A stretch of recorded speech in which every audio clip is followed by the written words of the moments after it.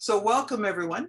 Welcome to Halifax Center, our June 5th meeting, our last one of the season until the fall. So I'm glad you could join us for this session. We hope that we are addressing topics that members are certainly interested in. We're always open to suggestions from our members as to what they would like to hear about. And keep in mind that this session is being recorded so that if at any point you have to leave for whatever reason, or would like to come back to this at a later date and rehear the speakers, certainly you can do that. It will be posted in about 24 to 48 hours on our YouTube channel. So feel free to look for it there and review it there.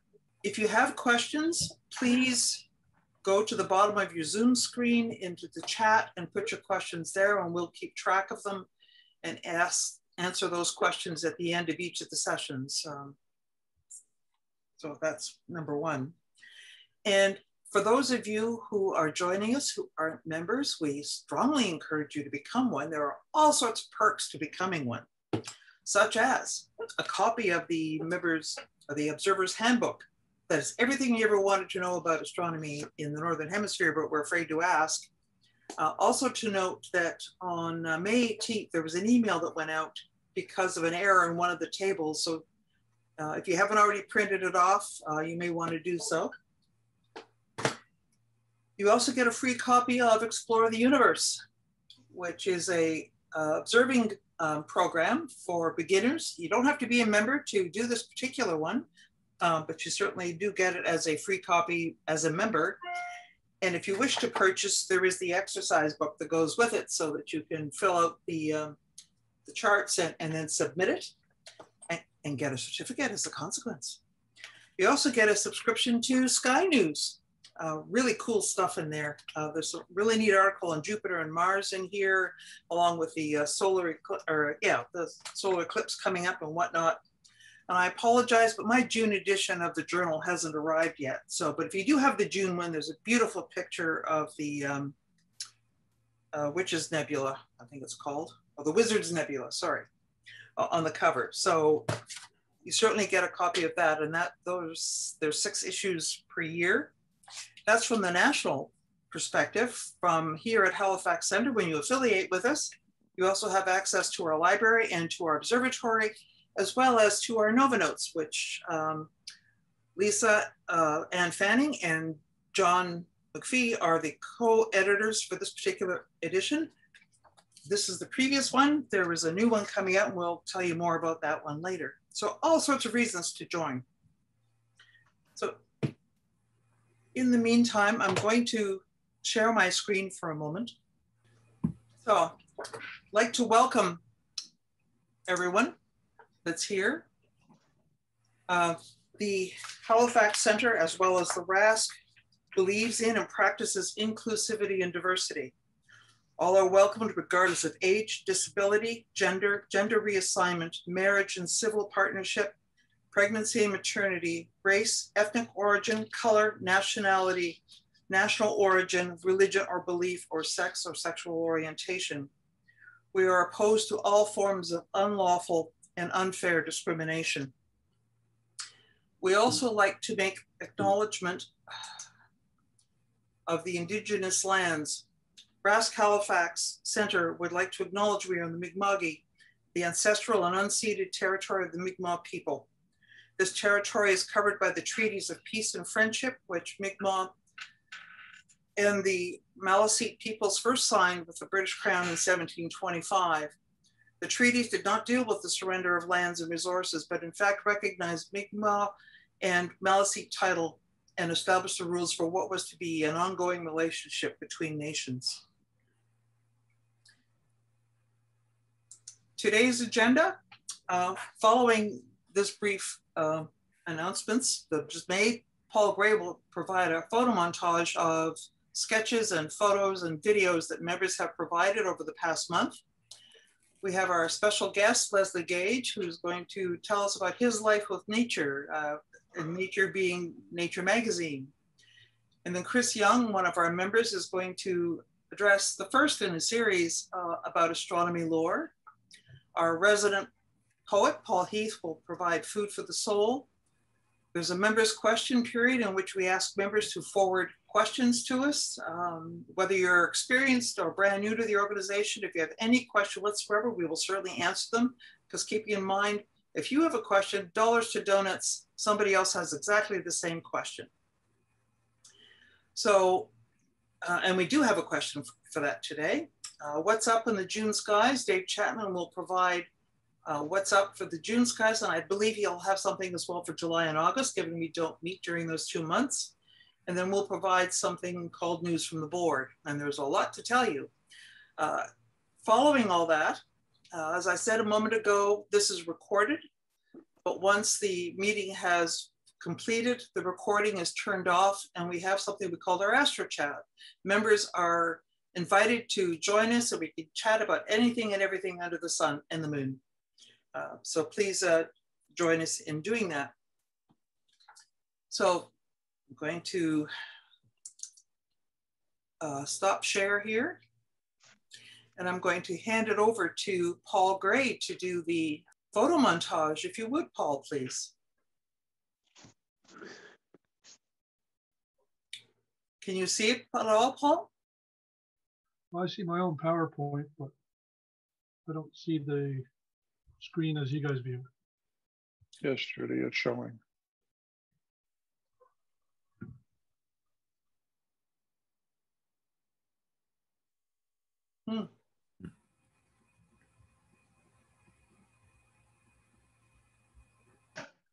Really cool that you can see in a small patch of sky, or relatively small patch of sky. Yeah. We did things differently this month. I started out and we're working our way in. Ah. So we're beginning with the deep of space and galaxies, work to enable us come through the galaxy, work our way into the solar system eventually, and we'll eventually get to Earth. Ah. There's a lot of stuff this month. A lot of people were out imaging. It was pretty good. We actually had some decent weather. Kind of nice. Early May was gorgeous. And that's one of your favorite patches of sky.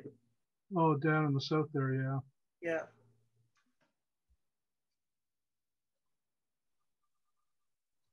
Hmm.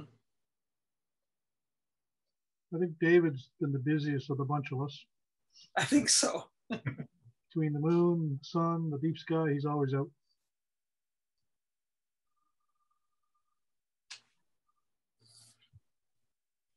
I'm guessing retirement has something to do with that. Yeah. Carl just got a new camera, so that's one of his first shots with his new camera. Yeah. Wow. That's a nice one. Early May, we had some really nice nights. Dry air, cold nights, and it was beautiful. Hmm.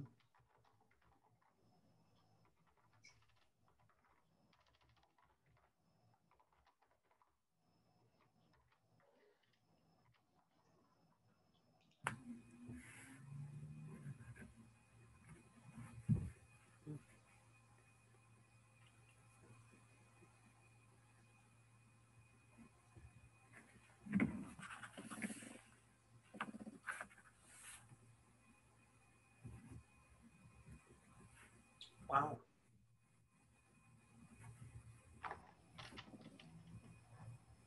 So is Novacast still visible? I haven't checked lately to see what it's at now. It should be still visible, but it's probably faded quite a bit.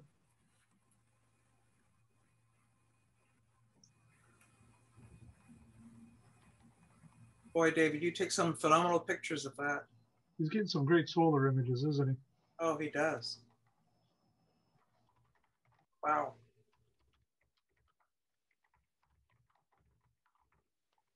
See if the next one works. He sent me a animated GIF of those prominences here. The next one, it's actually displays for 30 seconds, but I think it loops through 3.5 times. Not sure if it's working for you or not. It is. Oh. Good. Wow. Yeah, it's just going through the second time. That ever cool. Yep. Actually, it's very hot.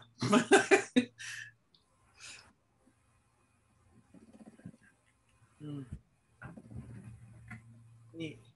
Even neat. Watch I can get my cursor down here. You can actually see this here. There, oh, The dark area. Rough, but Yeah, the double rainbow and then the vertical rainbow. big storm, yep.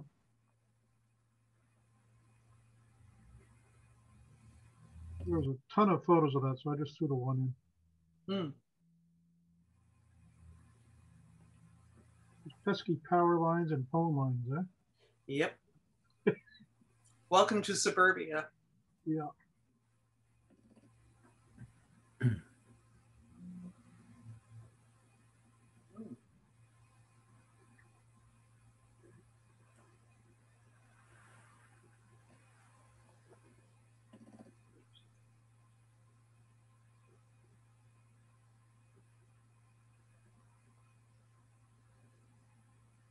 I think we had about 3 seconds left before that moon was hidden by those dark things that you see approaching. I was gonna say, you're all fighting that cloud bank, weren't you? Oh, we sure were. That's a nice shot, though. Mm. Yeah, Dave obviously had the same cloud bank. By any chance, do you know what the age of the moon was there? No, it's around 2 days, but I never looked into it.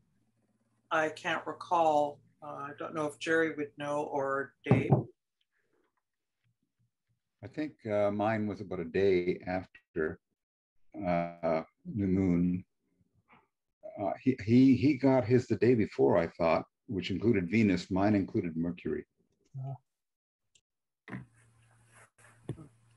Lunar X, Lunar V.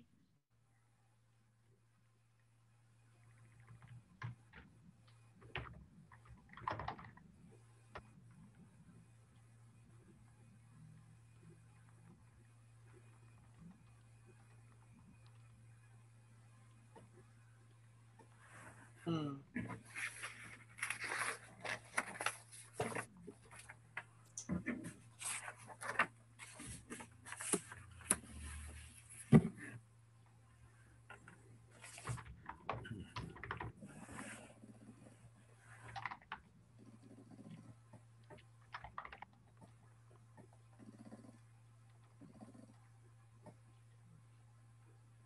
There's Lisa's video. It's coming up. It's up. No, shouldn't be yet.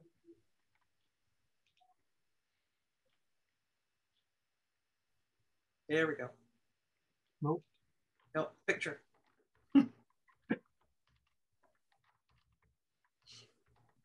That is so neat.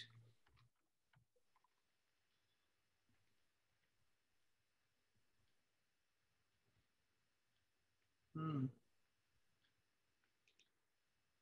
Most often, most of us don't see that phase. We're all in bed and sleep. Or it's daylight after we get up.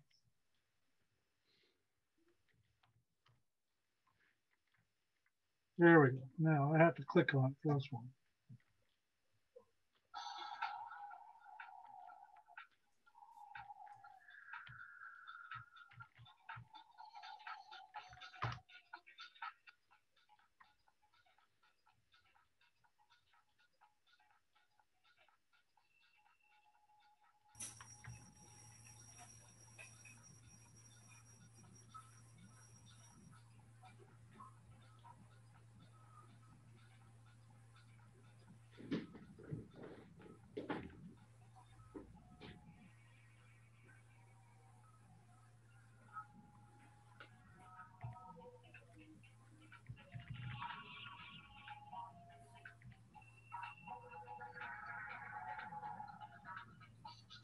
Wow.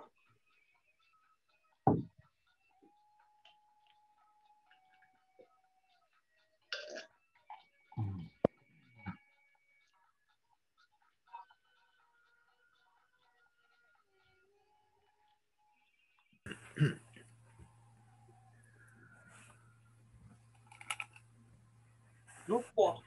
And that's photos for the month of May. Well, great work, everyone. Quite a variety of targets this month. Yeah, wide range of targets, lots of clear skies, so hopefully summer's just as good. Fingers crossed, right? Yep. Okay. All right. Next up after Paul is I'm introducing our guest speaker, Lesley Sage. Lesley came to us thanks to Paul Gray, and come to find out that Lesley actually has a connection here in Halifax. His son is living here. So that's why he commented, if those of you that were in the meeting earlier, he would be moving here in a couple of years. So we can look forward to that, Lesley. He started off his career with 6 months in London prior to moving to the district office in Washington. And I believe he still resides there as a consequence of his job with Nature magazine. And he's also a senior visiting research scientist in the Department of Astronomy at the University of Maryland. And I know he's got a lot more to tell us about himself and about his life with nature. So welcome, Lesley, to RASC Halifax Center, and take it away. Thanks very much.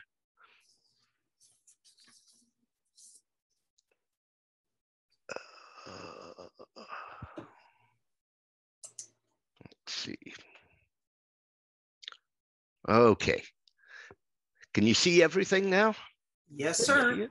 Okay. So I'm the astronomy editor of Nature. It's a job that I've held for almost 28 years. And what that means is that all of the astronomy research submitted to Nature from anywhere in the world hits my desk. And then I have to decide whether it's sufficiently interesting to send out to peer review, and then after we get reports back in, what to do with the papers. People often think that I'm American because I've lived in the States for so long, but in fact, I grew up in Burlington, Ontario, and I've had almost a career-long connection with Halifax through long-time collaboration with Gary Welch at St. Mary's University. And I'll tell you a bit about that with the next slide. If I can get to the next slide. There. So here's what my brief bio. I'm often asked what prompted me to join Nature. And when I was looking for a permanent job back in the early 90s, it was a really tough time to find a permanent position. Mandatory retirement had been ended in the States back in the late 80s. And there were a lot of people who would otherwise be going into retirement who were hanging on. And so there weren't many faculty jobs available. And so I had this wall of rejection letters outside my office in Las Vegas. And I called it my wailing wall. And then I saw this ad for the astronomy editor post at Nature. And I've been reading Nature since late high school, and I decided, well, that sounds really interesting. So I applied for it and didn't hear anything. And then I went off to on an observing run to the IRAM 30-meter telescope outside Granada, Spain. And I had about a 10-day observing run. I was observing about 18 hours a day. And I come back from Spain, totally jet lagged. And then in my mailbox at UNLV, there was a FedEx from Nature. And what Nature does when they hire editors, they treat it like a tenure track faculty hire, but they send out what they call tests, and they find the messiest, most ambiguous files that they can figure out, send it out to the prospective editors and say, what would you do and why? And so I had about 24 hours in my jet lag state to get this all written up and back to them. And as I sent it off, I thought, oh no, this just isn't going to happen. Just because, you know, I was in my jet lag state and I didn't have much time to deal with it. But about 2 weeks later, I was called to Washington for first interview. And I was one of 8 people who came to Washington. And then I had an interview with my future boss. And then I had another test. And at the end of, and it was a timed test. And so at the end of the hour, the table in the office library was covered with all these astrophysical journal volumes, and I still hadn't written up what I wanted to do. So we did an oral debriefing, and then I thought, well, I don't think I did very well on that because I just took too long. But in fact, then I was invited to London for a second interview, and right about at the same time, I was invited to St. Mary's to interview for a tenure track job there. So I flew to Halifax first, gave my talk there, and then went on to London. And curiously enough, I was meeting an old friend from Bonn, and we went out to dinner in Chinatown, and I got food poisoning the night before my interview at Nature. And it was to be a whole day interview. So by the time I got there, I was still feeling kind of green. But, you know, I did well enough that by the time I got back to Las Vegas the next Monday, I had a job offer awaiting me. So I called up Dave Turner, who was then chair at St. Mary's, and said, well, I've got this offer. I have to respond by the end of the week. What do you think? And he said, well, you're one of our top 2 people, but we're not in a position to make the decision that quickly. So I accepted the job at Nature. And then naturally, about a week after that, I was offered the tenure track job at St. Mary's. But I've never regretted going to Nature because I've had just most fascinating career, and I've been able to do these things that I probably never would have been able to do. You know, I've been a columnist for the JRASC for a long time. I've had to step back in the last year and a half, so you've probably only seen a couple of columns from me in that time. But I've also been press officer for the Canadian Astronomical Society. And I'm just going to show you some of the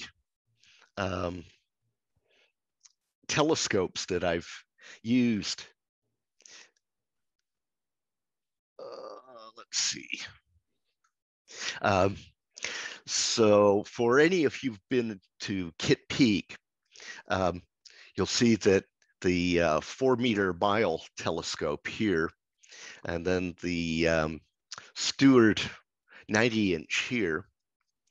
And this is Lucia and JCMT and Arecibo back when it was still functioning. And I was invited to the rededication reopening of Arecibo in '97 when they had installed the new radome. And after the ceremony, I got to climb up to the radome via the ladder. And it wasn't too bad going up, but coming down, it was very steep and very scary. And there's no way I would do that today. And then here are the two telescopes I've used most in my life. The old NRAO 12-meter telescope at Kitt Peak on the Southwest Ridge, and the EROM 30-meter telescope in the Sierra Nevadas in Spain. One of the great things about observing in winter at the EROM telescope was it was right in the middle of the ski site, and they had a bunch of season passes for the ski lifts and skis and poles that you could borrow. So I would just go out the back door here and down the hill, and I was in the ski area. And then the ski, and then there was a lift that dropped you right off here. And so then I could walk around and go in the front door. And that was quite something. That was the last time I was actually skiing, was at EROM.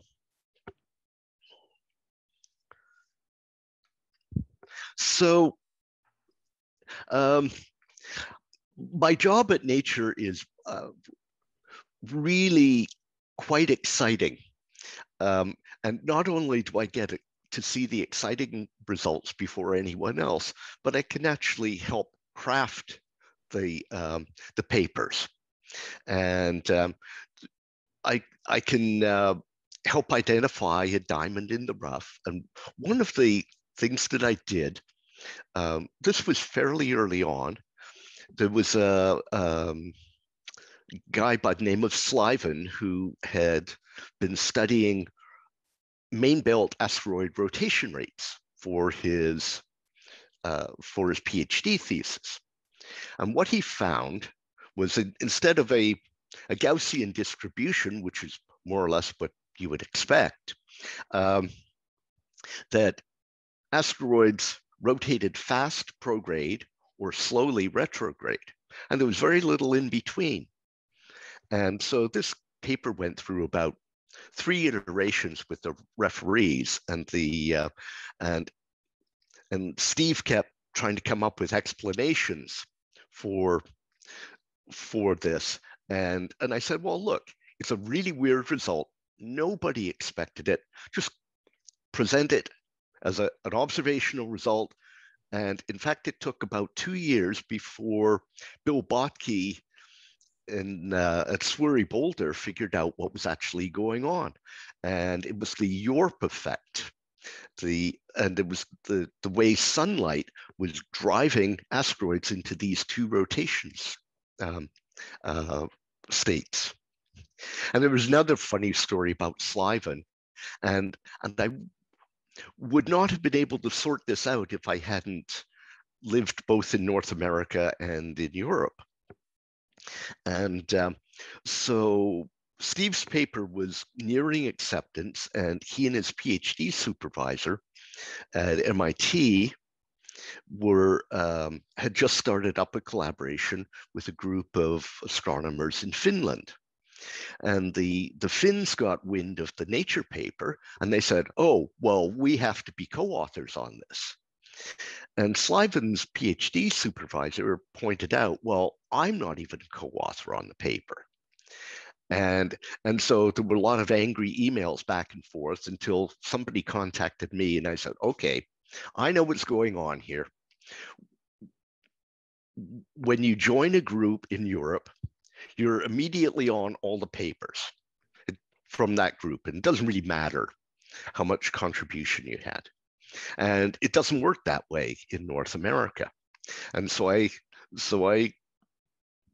sorted through all these emails, and then I sent out a long email to both sides, and I said, here's what's going on. It's just a difference in expectations.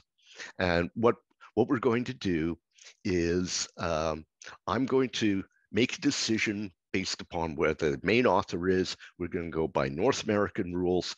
It's a single author paper. That's it. We're done. There's no more discussion. And people went away more or less happy from that. Now, that is a fair bit of what I happen to do in my job, a swift kick in the butt. And so one of the reasons that that I have to do this sometimes is because as scientists, we're not taught how to write. And so our writing comes across like this Calvin and Hobbes cartoon. I used to hate writing assignments, but now I enjoy them.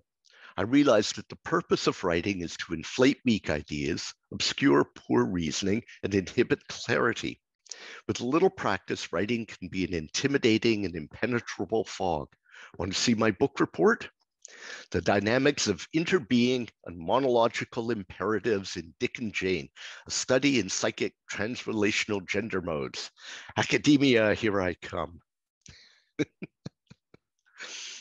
And what happens, of course, is that as senior undergraduates or graduate students, we start reading the literature, which at the 99% level is badly written. And we think that that's the way we should write. And, but, you know, that's not really true.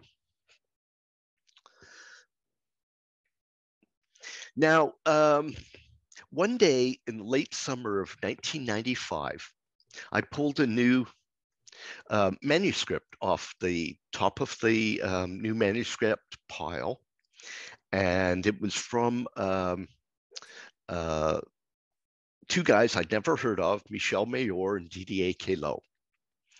And they were claiming detection of an exoplanet. Now, think back to 1985, and there'd been a whole decade of failed claims of detections of exoplanets. The field was in utter disrepute. The problem was that we knew, astronomers knew, that there had to be planets around other stars. It was just an inevitable part of star formation, but nobody had been able to prove it. So I read the paper and I looked at the figures. And I said, oh, well, you know, this actually looks pretty good. But, you know, one of the problems that I saw was that the planet was orbiting 13 stellar radii away from the star. And I said, how on earth could a planet like that survive for, you know, 5 to 10 billion years? And an old friend of mine happened to be working on exoplanet atmospheres. I'd met Adam Burrows in the first day of grad school at Stony Brook. And so I picked up the phone and said, hey, Adam, I've got this paper from Mayor and Queloz. They're claiming a planet around 51 Peg, but it's sitting there 13 stellar radii away from the surface of the star. Can it survive? Is this possible? And Adam laughed and he said, Michel called me 3 weeks ago with the same question. And the answer is yes, such planets can be stable. So one thing led to another. And Michel and Didier got the 2019 Nobel Prize for the planet orbiting 51 Peg. And of course, their major contributions to the development of the instrumentation that made this possible. Another Canadian won the Nobel Prize along with them, Jim Peebles, who's the father of modern cosmology. He's been at Princeton many years, but I remember during the 2010 Olympics, he and I were exchanging emails about, you know, was he still Canadian enough to follow hockey at the Olympics? And he said, oh, yes, I'm still that Canadian.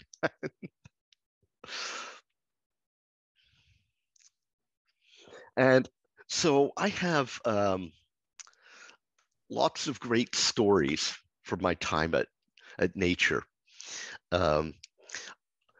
One of the earliest exercises I had to do as part of my training was to read all the crank papers, figure out where they were wrong, and write back to them and explain the error of their ways. And this was an exercise that was given to me by my boss. And at the end of 6 weeks, she said, "What do you conclude?" And I said, "They all make the same mistakes. They all have way more time than I do." And she said, "That's right. Now be utterly ruthless with them." So, so I was.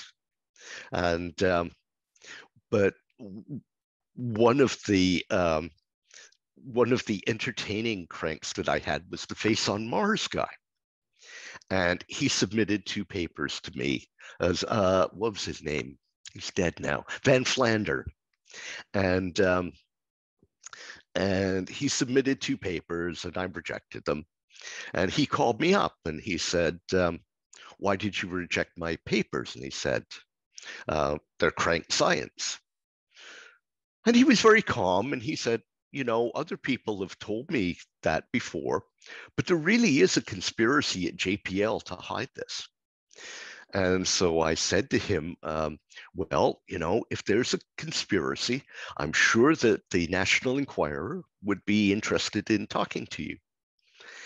And he said, "Where do I go from here?" And I said, "Nowhere. You've hit a brick wall." And he asked, can I appeal to your boss?" And I said, "Sure. Here's his email address, and I'll tell you what he'll do. He'll sit on it for 6 months, and then he'll write back and say no."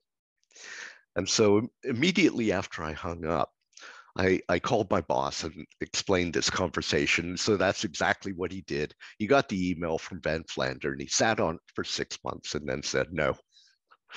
And then it turned out that Van Flandern was calling the office every day after that, every day, you know, in this interim period, to try and talk to me.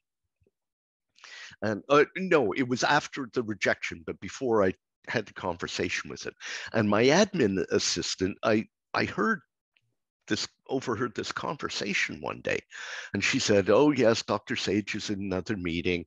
Oh yes, he's very busy." And so I asked her, "You know, what's this all about?" And she rolled her eyes and she said, "It's Van Flandern. He calls every day." So I said, "Okay, next time he calls, put him through." And that's when we had our conversation. And one of the more entertaining but time-consuming cranks I had was this former engineer for Rocketdyne who wrote a 100-page single-space manuscript about how if the sun were 1% uranium-235, nuclear fission would be an important part of the energy budget. And he was exactly correct. The problem was the sun is not 1% uranium-235. But other than that, you know, I've gotten to do travel all over the world, speaking at different events and moderating a roundtable discussion. This was at the Starmus. And it was funny. When the roundtable discussion was on the floor of the Grand Telescope of the Canaries, which is on La Palma, and the conference was being held on Tenerife. And my wife didn't want to go with me from Tenerife to La Palma, so going on the bus up the mountain. And this is a totally scary road. I mean, this is one of the scariest roads I've ever been on. But there was an empty space next to me. Brian May gets on the bus and he just plops down next to me. And so we spent the whole drive up the mountain talking about various things. And but he it was very entertaining, and for both of us, it kept our minds off the 1,000-foot drop with no barrier on the side of the road. And so these are the first winners of the Embartsumian Prize. Nuno Santos, Michel Mayor, and Garik Israelian, who happens to be Armenian. And so this is in front of the Bayerican Observatory in Armenia. And then there's a couple of other shots from Armenia. This is the distillery where they make the Armenian brandy, which apparently was Winston Churchill's favorite. And then because the prize was being awarded to these three for work that was published in Nature, I was invited to speak at the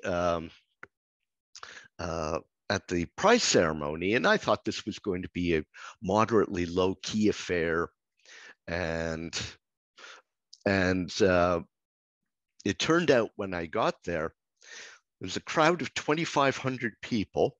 It was going out on live TV. I was on stage with the Armenian president. The prime minister was in the front row, and here I am quaking in my boots, and I was just so glad that I had, at the last minute, decided to throw my suit into my suitcase. But I was asked to speak about the impact of exoplanets on the public, and that was quite an interesting topic. And so, you know, I ended with the Drake equation, which I'm sure most of you know about, and the number of civilizations, star formation rate times the number of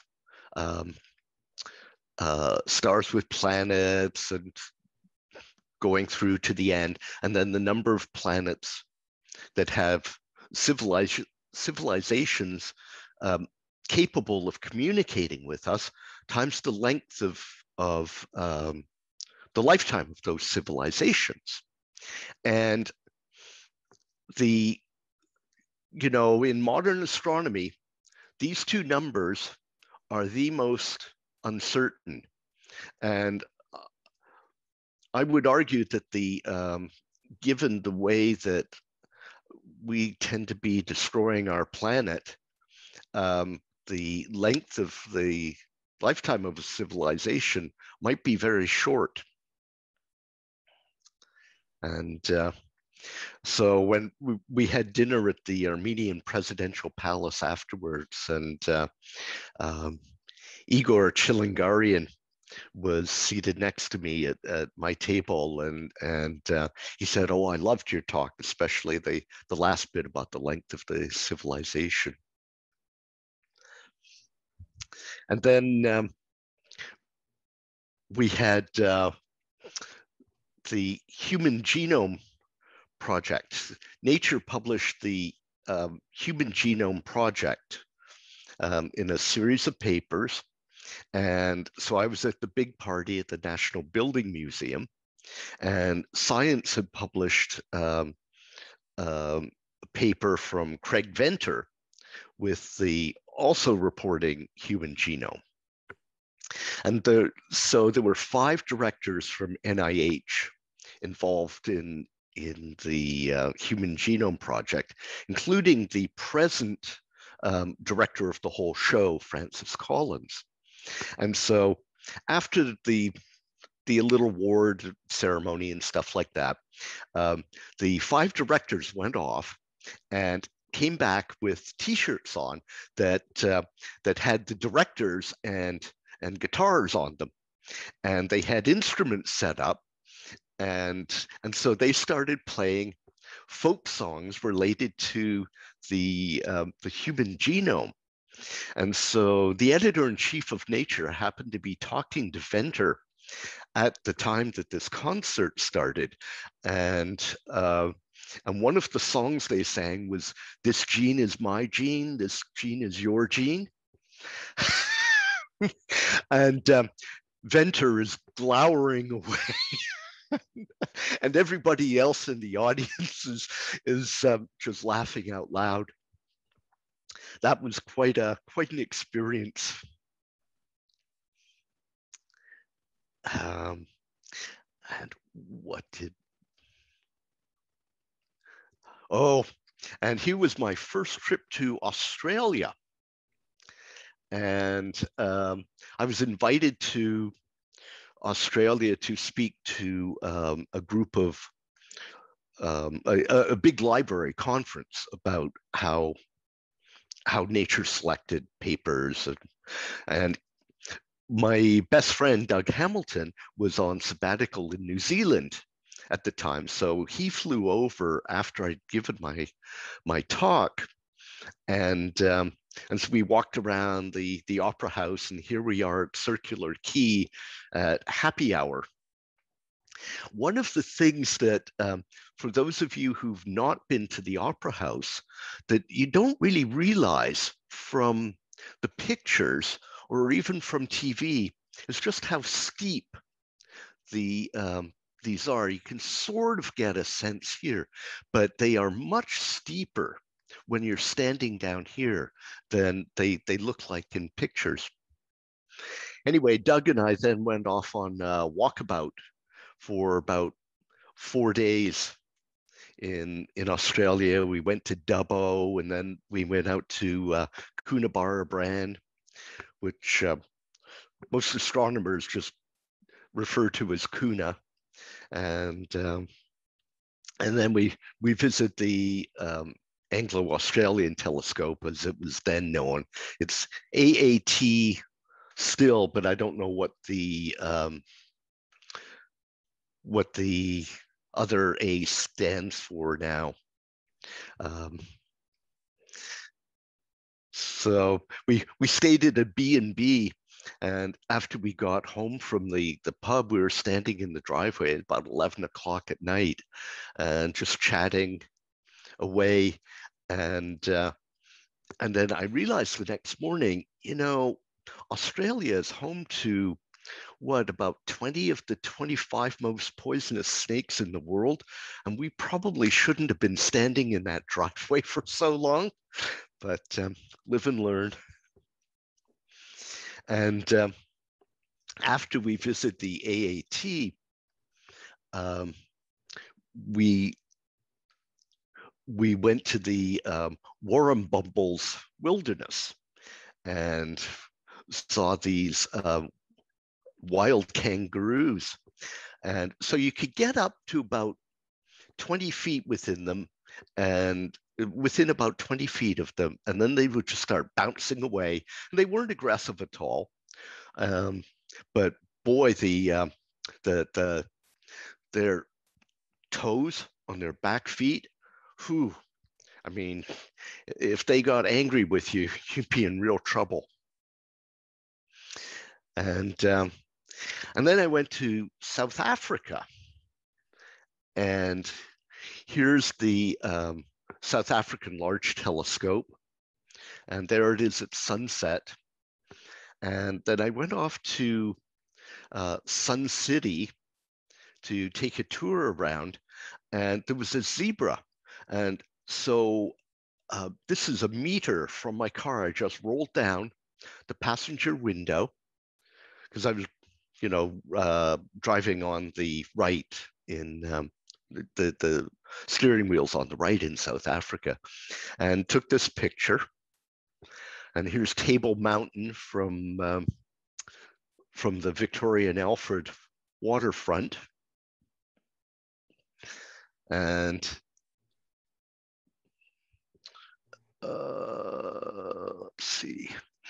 And this was a sign that I came across on the way up to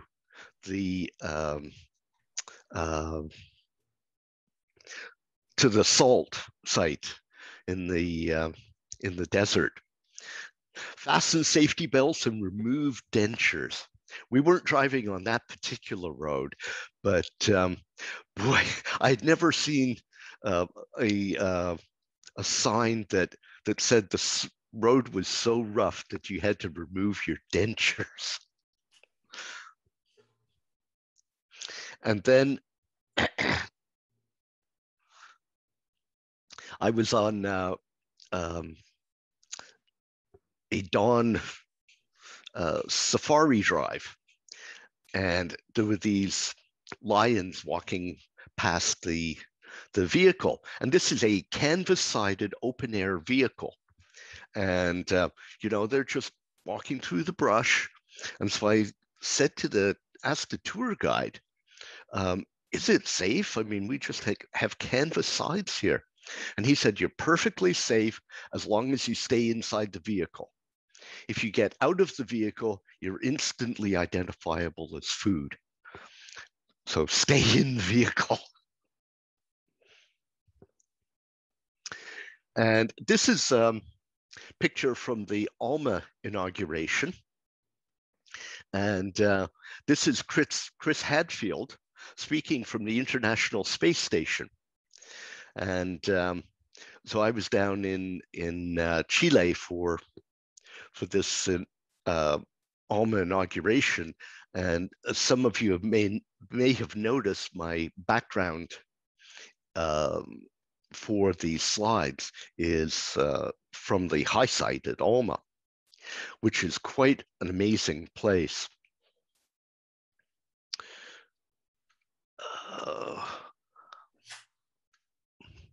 So, and then, so here we are up at the high side. I was with a small group, and we went out, and there were a bunch of ambulances standing by in case, you know, people got high altitude sickness, because we're what, at 5,600 meters. And so we were given little oxygen bottles and told to puff on it. So we went over and we were taking pictures of each other on the seated on the back bumper of one of the ambulances. And the paramedic said, "Oh no, we can do better than that for you." So they called us in one by one, and here I am on the gurney, and he looks like he's about to give me oxygen. And as soon as we left the high site and got down to the control center, I posted this one on Facebook. Within 10 minutes, I had an email from one of my friends in London, who's now chief editor of Nature Astronomy. And she said, "Oh my God, are you okay?" And I said, "Oh yeah, this is just a joke." And then I thought, oh, but what if my wife sees this? So I sent my wife an email saying right away, "This is just a joke. I'm fine, no problem." And then this is at the Starmus, which is one of the most enjoyable conferences I've ever been to, except for Tangerine Dream. I don't know what Paul thought about Tangerine Dream. They were not to my taste. But it was a lot of fun. I was roped in to invite speakers and provide introductions and say, "Look, this is for real." And so we put this thing together, and it was totally incompetently marketed. I mean, they could have, if they had marketed properly, they could have charged what they want, and they would have had 1,000 people there instead of, you know, what, 150, 200. But it was just, it was such a fun time. And then it was being held in honor of Yuri Gagarin's first orbit around the Earth, which lasted 108 minutes. So I had to keep these guys talking for 108 minutes. And so the panelists were Jack Szostak, Nobel Chemistry, and George Smoot was Nobel Physics for Kobe. And I believe the year after that Jack won. And then Neil Armstrong, Alexei Leonov, who was did the first spacewalk, Jill Tarter, who at that time was director of the SETI Institute, Richard Dawkins, and Brian May. And one of the most memorable things from the roundtable discussion was I asked Alexei about the Russian shuttle program. And he leaned back and he laughed and he slapped the table and he said, you know, we always thought NASA knew what they were doing. And if they needed a shuttle, then we had to have one too. We flew it once, realized it was a stupid decision, and abandoned the program. So I thought that was quite an insight into what had happened with the Russian space shuttle. And here's a picture of the GTC from the outside. GTC is by design just a little bit bigger than Keck. And there's a long story of Spanish politics that goes into that.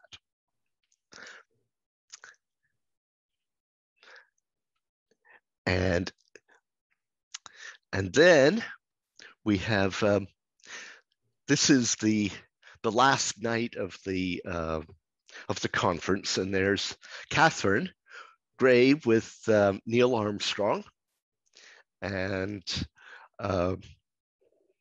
Neil gave this really nice talk about space. And Brian May also gave a really nice talk about what are we doing in space, which was subsequently reprinted in Astronomy magazine. And it was funny when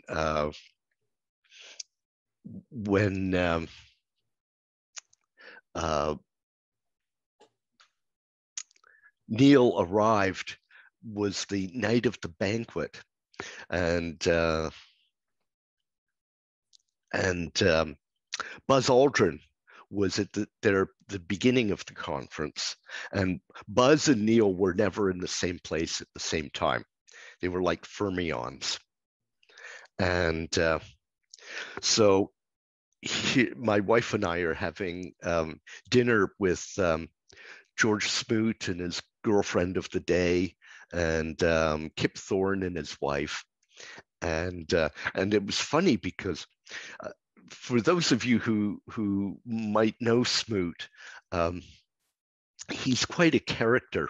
But when Neil came in, it was like, oh, Neil Armstrong, I've got all your albums. So we had a lot of fun with that.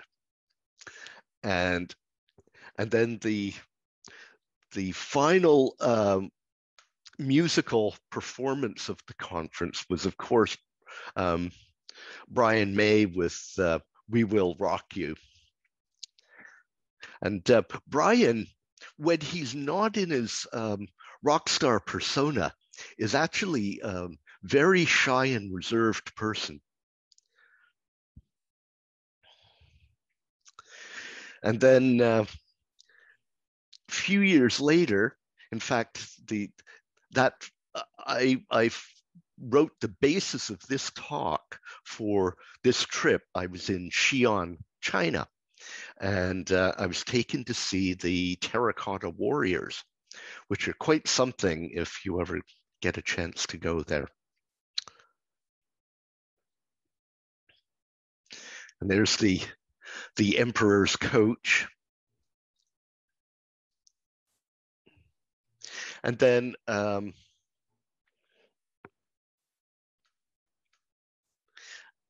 So back in, let's see, what year was this? My mom and I went to Beijing in 2000 and 2016. Yes, 2016. She had called me up a couple of years earlier and said, on your next business trip to China, would you take me along? And I said, sure, if your health is up to it. And so we spent about 3 weeks gallivanting around China.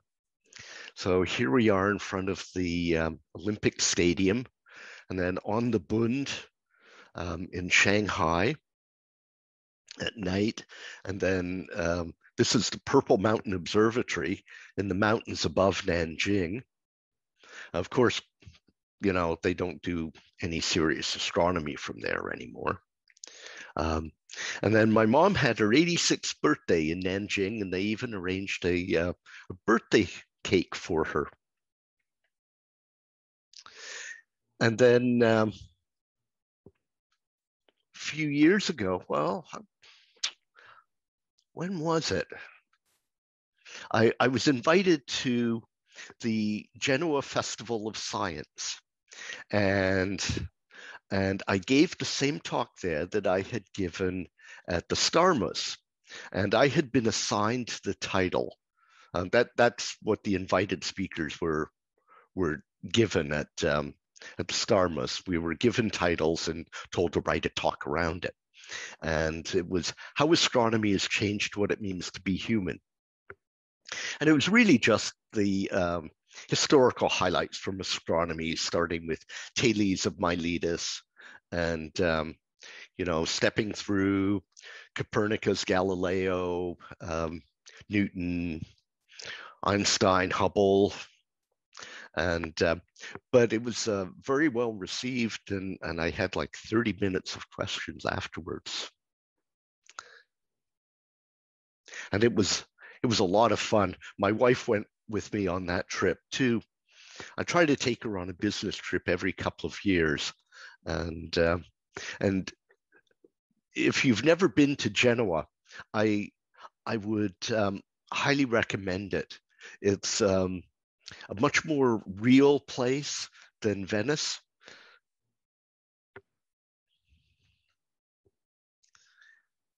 And then he was one of the science displays, you know, the ancient science instruments that they had in the, so it was the Palazzo Ducale in Genoa. Because Genoa used to be as powerful a city-state as Venice. And then last year, I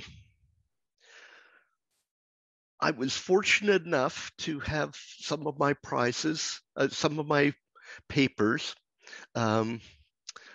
win another Nobel Prize. And this was for the study of the motions of stars around the black hole at the center of the galaxy. Now, back when Genzel first submitted his paper back in '96, they were doing it with speckle interferometry. And it was really, really ratty data. I mean, it was very hard to do back then. I mean, I'm sure many of you have seen since then the movies of the stars whipping around Sagittarius star, and they and they sling around, and that's what you can do with adaptive optics. But boy, back in the early days, you couldn't do that. It was really a tough slog.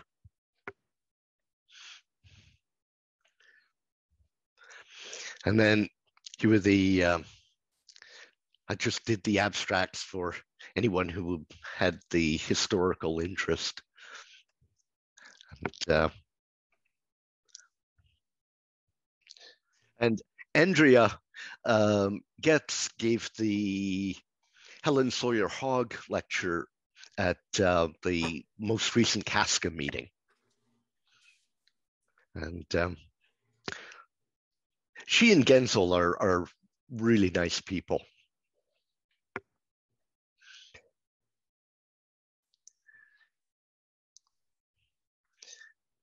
And the main result is encapsulated in the title here. So that's it for my presentation.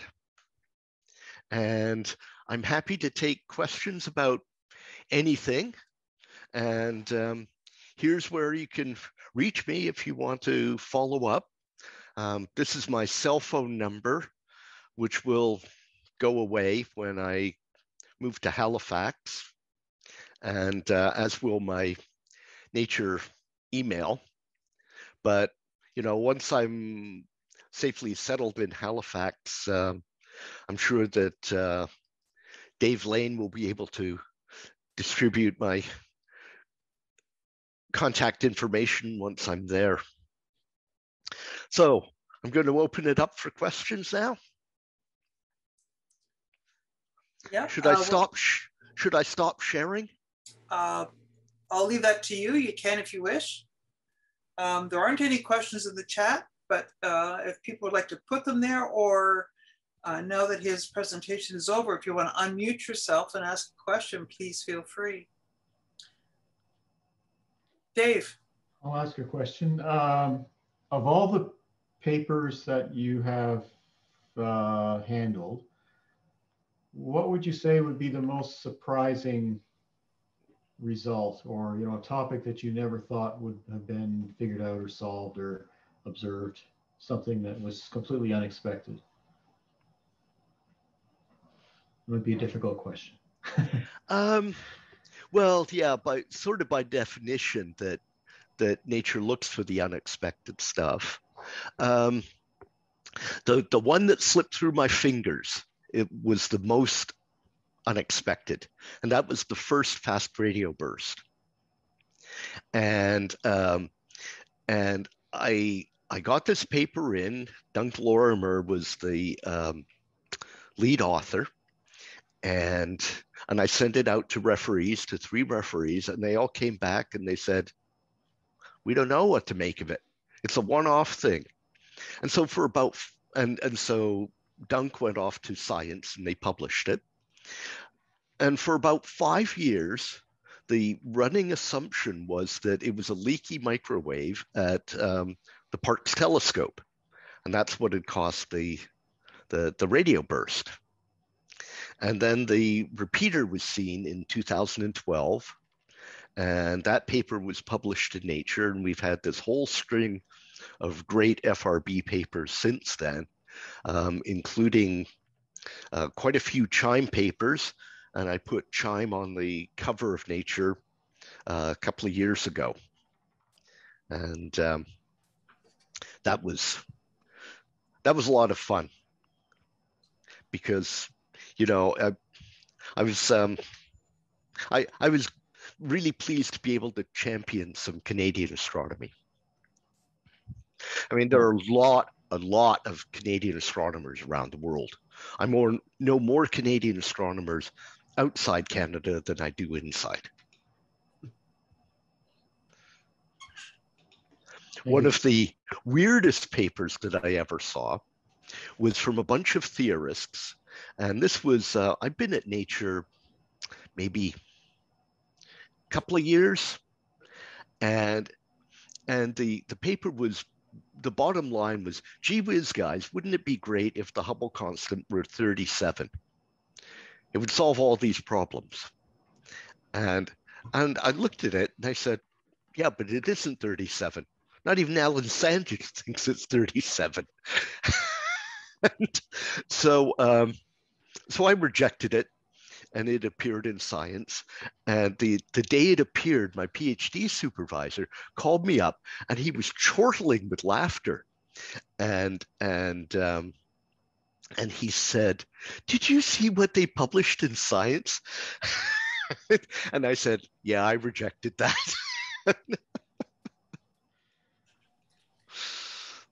So, Lesley, you had said, feel free to ask him about some of the lowlights. So, do you have a low light that you'd like to tell us about? That is. So this was within my first year at Nature, and HST had just been repaired, and we had decided collectively in the physical science team that we were not going to publish a string of pretty pictures. There had to be real science done, because there were a whole bunch of pretty pictures coming out of HST the first year after the repair. And I got 3 papers within the space of about 3 weeks from the then Plumian professor of astronomy at Cambridge. And I rejected them all because they were just pretty pictures. And so he called me up and said, my name is, and I said, yes, I know who you are. Well, you've just rejected 3 of my papers. I know more astronomy than you, so you have to publish my papers. And I said, well, that's not really my understanding of my job. And so we established our boundaries, and I've gotten along very well with him ever since. Of course, I've had a huge number of travel problems. Anyone who's traveled as much as I do. There was one time, I was coming back from Edmonton, giving a talk at the University of Alberta, and my flight was delayed, and so I had 10 minutes to get from, was it B15 to C21 at O'Hare Airport, and I did it at a flat out run. And I was the last person on the plane before the door closed. Just chest heaving. But there are,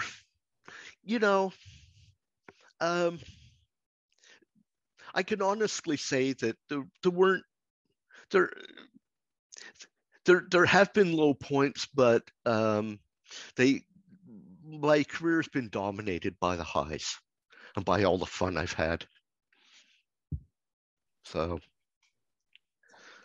Well, thanks so much for today, Lesley. I'm sure that over the years that you've spent with Nature, you've seen such an expansive growth in not only the technology, but the knowledge that technology has provided.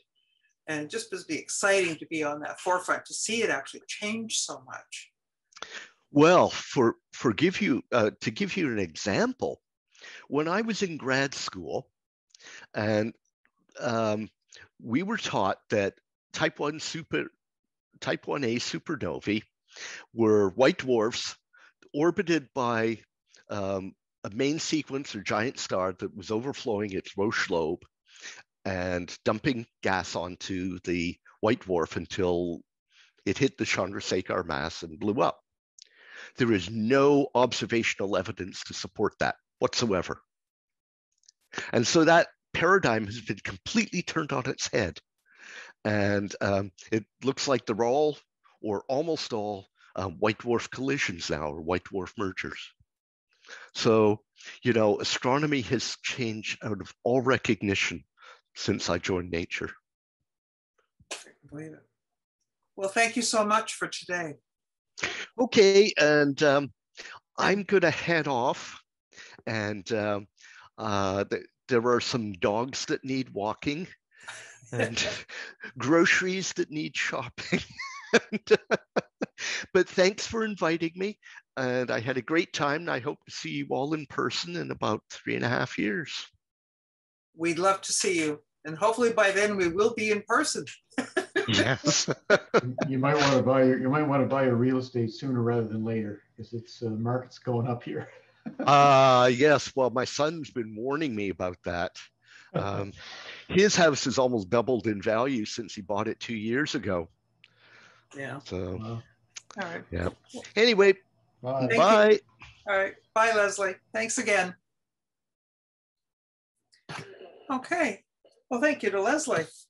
Our next speaker, many of us know, Chris Young. He's been a longtime member of RASC here in Halifax. And I met Chris, I think, either at my first or second star party. And Chris became a mentor of mine, not only in the observing field, but also when I succeeded him as secretary. He was my advisor for quite a while thereafter. And for those of you that know him, he's been on the Nova East Planning Committee for many years, at least when we had Nova East. And you would certainly see him at the Astro Breakfast with his cat apron on, being the chief chef for the pancake grill. But today, Chris's role is going to be in enlightening us about some of the astronomy lore that is out there. He's had a long time interest in this particular area, and some of us have had the honor of hearing him talk about it at various talks here and at the Minus Astronomy Group, as well as in the Dark in the Sky Circle at Cassiopeia National Park. So without further ado, Chris, I'll invite you to tell us the story. Don't forget to unmute.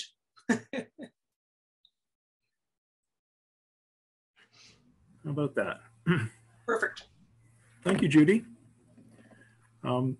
Yes, it's interesting. I've sort of was lurked in the I think probably around the year 2000. I probably joined the center and lurked in the back for quite a while. And during the International Year of Astronomy, here goes the cat. I volunteered to give presentations at the Halifax Planetarium. And this was my way of forcing myself to learn the sky, right? Because you know, there's nothing like you don't want to be embarrassed. So anyway, so I applied myself to that. And the Halifax Planetarium has an old star projector, which just puts up a series of dots of slightly different diameter, questionably a change in color, and just, you know, spins that around in the dome planetarium overhead. So in order to kind of animate the talk, it's not just a question of naming things, but it was also, you know, explaining a little bit about astronomy, the movement of the stars, how their clocks, calendars, and compasses, and certainly the standard stories that one would tell about the stars are usually from the Greek-Roman traditions. However, those in some ways, you know, they're always found them to be sometimes they're not suitable for young ears because you get a mixed group in the planetarium as well. And they weren't always, I don't know, they didn't seem to relate to life a lot. I mean, an interesting kind of speculation about, in terms of mythology and psychoanalysis or something, anyway, a variety of things. But I did get interested in some of the other stories from other cultures. And that leads you down many interesting roads. And you know, and I have to say that my sources have been many. I haven't done any sort of original research in terms of, I know Dave Chapman, whom I think is present, he's talked to some of the Mi'kmaq elders about some of their star stuff, particularly about calendars and their calendar, the moon calendars and things. And I think he's also been writing some stories and stuff. So he's big on the creative side and the research side. So which I take my hat off to him for. But anyways, but I got into, followed many stories up, many resources. Certainly I've lifted stories from a number of places. I've tried not to alter them, but to keep the faith. And the sort of, they have a variety of themes, and as you pursue them, you also learn a little bit about the cultures and also how ignorant you are of the many things that are going on in the world. And so it's been an education for me, but very interesting. So I think probably what I will do, and I will say some of you will have seen some of these stories before. And I was a little bit rushed to pull this together, so I've scavenged a little bit from the past, some past presentations. But in the fall, I think we're going to have a series, perhaps every 2 meetings or so, that I'll have a little talk, and will be fresh stuff. So I'm going to, as soon as I'll get rid of my cat here again, and I'll share my screen. Oop, where are we here? Select the window. No, I want Skylore. And from the beginning, Judy, can you see that? No, you have to go down the bottom of your Zoom screen and press share screen. I thought I had done that. Just 1 second. Bottom of the Zoom screen. Share screen. Share. There you go. Okay, there we go. New technology here. All right, so and as I said, I give credit to Sky Safari and Wikipedia and many books and journals, and the RASC journal actually has a number of stories in it, particularly ones that are, I guess, kind of Canadian in terms of the geography. But as I said, this is a Dürer print woodcut, I guess, from the early 16th century, and that's the kind of the Greek and Roman sky and the stories that would go along with those. But I moved along to, from other cultures, because they had stories that related more, I think, to life and the life of the common person. We know we're all familiar with the sky here, Big Dipper, Little Dipper, and we know also about the fact that we have the apparent motion of the Big Dipper kind of around the pole star, and we know these are examples also of how you can use the sky as a clock and a calendar. And a compass, I guess, directly. So one of the stories is the never-ending hunt, which is an Inuit story.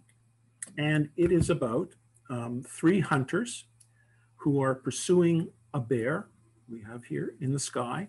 The 3 hunters have a dog, which is Alcor, who's a little bit small right here. And they're pursuing the bear. And they almost catch it, and they chase it and chase it and chase it. The bear at the same time is getting tired of being harassed and things. So what it does is it jumps up into the sky and tries to escape that way. But the hunters, they're relentless, and they jump into the sky and pursue the bear, not catching it, but they are now up in the sky, and that's where they are now forever. And they go around, as the Big Dipper does, goes around and around the pole star. So it's a never-ending hunt. And it intrigues me that these things have kind of morals or lessons, I would think. There's a reason why they made up that story. And I suspect it's because, when you're out hunting in the north, you need to make that hunt work. You need to get the animal, because you need that fur, you need the food, it might be seal blubber, whatever it is, but you need those things in order to stay alive. And it's interesting because we have this is an Inuit story about hunting bears. The Big Dipper is a bear in many cultures across Canada, the northern United States, through the north, through Alaska, well into Siberia. And there are all hunting stories that are associated with it. And one can appreciate, because these cultures, rely on hunting in order for people to stay alive. This is why, the sky would be important to them, and their stories would relate to this. But it's in all likelihood, these hunting stories probably started in Siberia 15,000, 30,000 years ago. and then moved across with the people as they migrated through North America and spread out. And we're aware of the Muin and the Seven Bird Hunters, which is a Mi'kmaq story. So there's a number of them, and sometimes they'll have heard others. I've heard these would be 3 wolves chasing some caribou. There's anyway, just a whole variety of hunting stories. So another one is the Forerunners, again another Inuit story, and in this case we have 4 Inuit hunters who are chasing a bear with their dogs. And in this case, we have a 4th hunter whom I'm thinking might actually be Sirius, who's a little off screen here, but doesn't really matter. So there are 4 hunters, 3 of whom are the belt of Orion. The bear is Aldebaran, and he's over in the Hyades. And the Hyades, the stars of the Hyades are the dogs, which are pursuing and harassing the bear. So they're howling and barking at the bear, who's not at all happy about this. And these hunters they're racing after the dogs and the bear, which are proceeding ahead of them, and it's, so you imagine that we're in it's dark most of the time in the north, particularly wintertime. And so they're racing across the snow, and you can kind of imagine the snow kind of crunching under their feet, and they're kind of, thumping along. And as they're running along, it's cold up there, but nonetheless you get hot. So one of the hunters takes off his mitts, and he's carrying his mitts, and he's carrying his spear, and he's running along, and he drops one of his mitts. And it takes him a little while before he realizes that. So what he does when he realizes he's dropped the mitt, well, you need mitts to protect your hands, because as soon as he stops, it's going to get cold. So he turns around and backtracks, following the tracks in the snow, till he finds his mitt, and he turns around, and then he starts to try and catch up with the other 3 hunters who are ahead of him. And the other 3 hunters, meanwhile, are following the dogs, who are following the bear, and the bear sort of is saying, I've got to get out of here. And the bear leaps up into the sky. The dogs in turn leap up into the sky behind the bear. The 3 hunters who were closer behind, one by one, they leap up into the sky. So the other hunters, he works his way and to catch up with them. He sees that they've all gone ahead of him into the sky, but he doesn't. He stops and he looks, and he doesn't pursue it any farther. And I'm not sure what the moral of that or lesson of that story is. Whether he was wise to go back and get his mitt, because you've got to keep your equipment and stay healthy, or maybe he was, maybe he failed in pursuing the hunt and not getting the bear. But it's the 4 hunters. So I've read the story, but there's not kind of a commentary, and it would be someday if we have maybe an Inuit elder or something who's available, perhaps they could go over the story for us. So some of these stars have stories associated with them. Sometimes they're just figures in the sky. So here we have Cassiopeia, and sometimes it's seen as an M, and sometimes it's seen as a W. In the planetarium, we talk about, are you a Wendy's person? Are you a McDonald's person? And so, but the other cultures see that pattern differently. And I have to say, Cassiopeia, as Cassiopeia's throne, it's not a very inspiring kind of graphic. Anyway, in North Africa, the Bedouin look up, and they look up at the sky, and they see something that's very important to them, which is a camel. And the camel is transportation, it's food, it's leather, it's life for them. And so they see, so I've put a little graphic outline here of how the camel might be seen.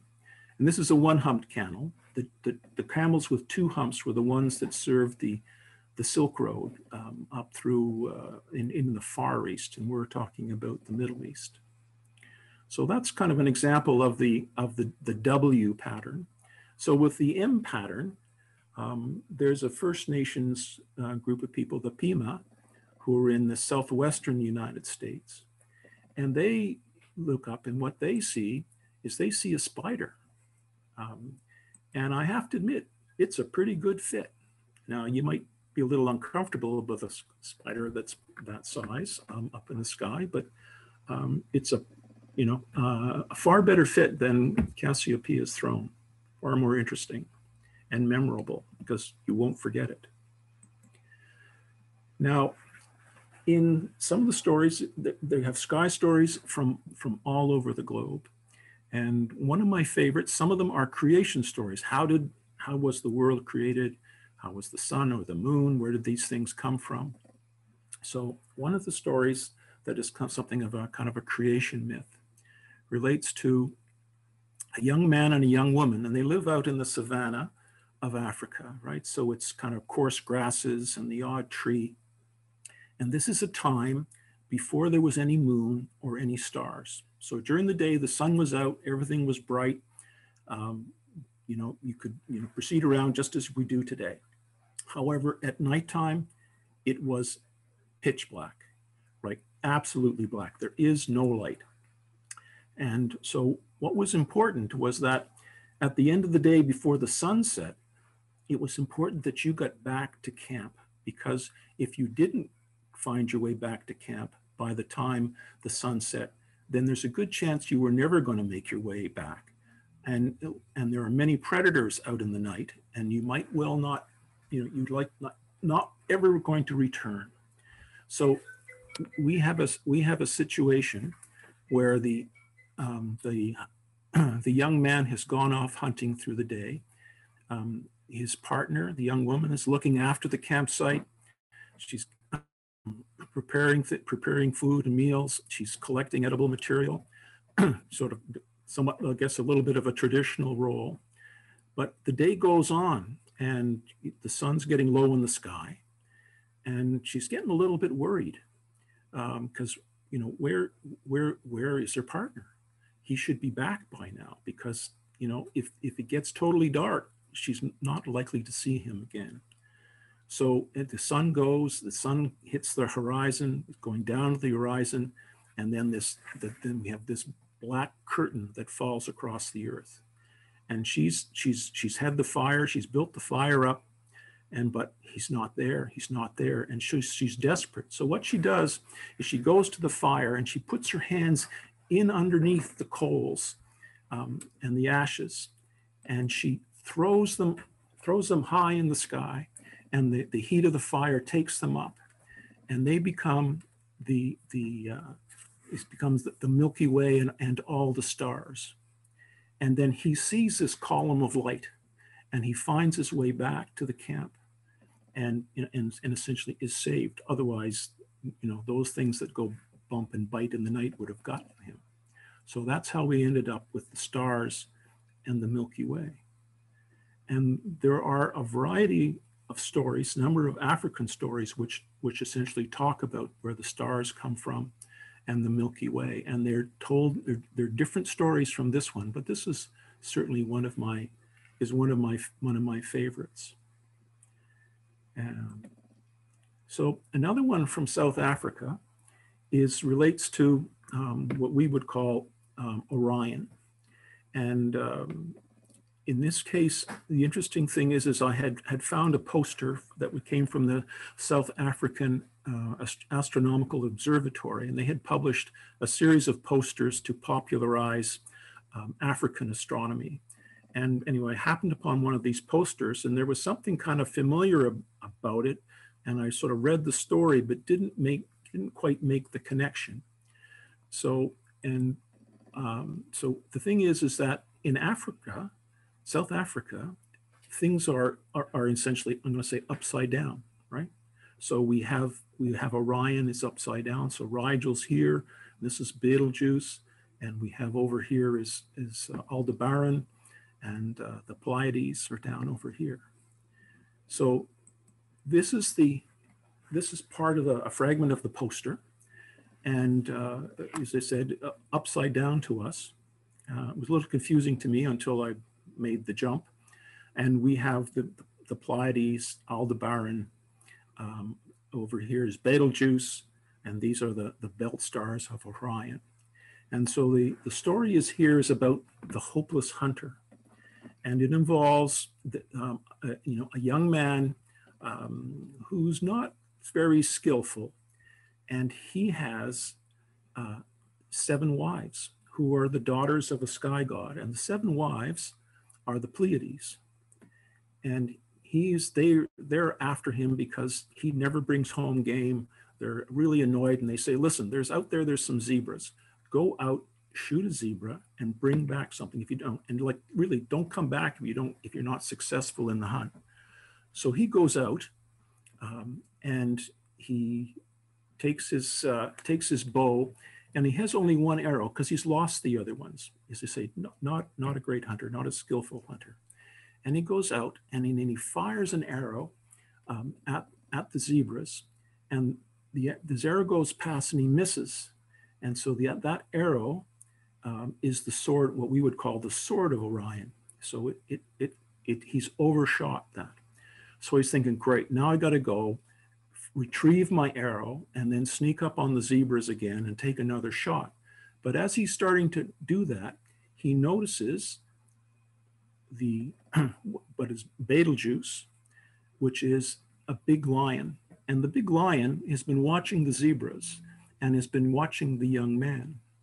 And so he realizes that if he goes towards, around by the zebras and he doesn't have an arrow and he's got to search that out, then there's a good chance that the lion will get him. At the same time, he can't go back home because they've told him in no uncertain terms, you must provide, go out and do it.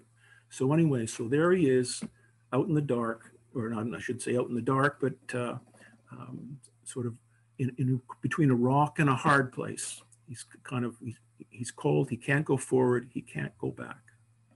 So I'm not sure quite what the lesson is there, other than it might be just one of those anecdotes of life and how you end up in situations. Now, it's intriguing that there are 7 wives who are also sisters. And the Pleiades in many cultures around the world are seen as being women. The number of 7, comes and goes depending upon how many stars you see. And recently I read an article that suggested, it doesn't have a lot of fact, I guess, to back it up, that story might be 100,000 years old and have spread across the earth as the people have moved across the earth. So because the Pleiades is seen as female in Australia, in Africa, the Greek and the Romans saw them. So anyway, interesting. So the jury's still out as to where the Pleiades became female. So the last story, which is a short one, which is I really quite like. So this is just a shot of the Milky Way going from horizon to horizon. And I think this is actually a collage that was put together from shots taken in the southern United States. But it's essentially the Milky Way is pretty much the same in Australia, which is where this short story comes from.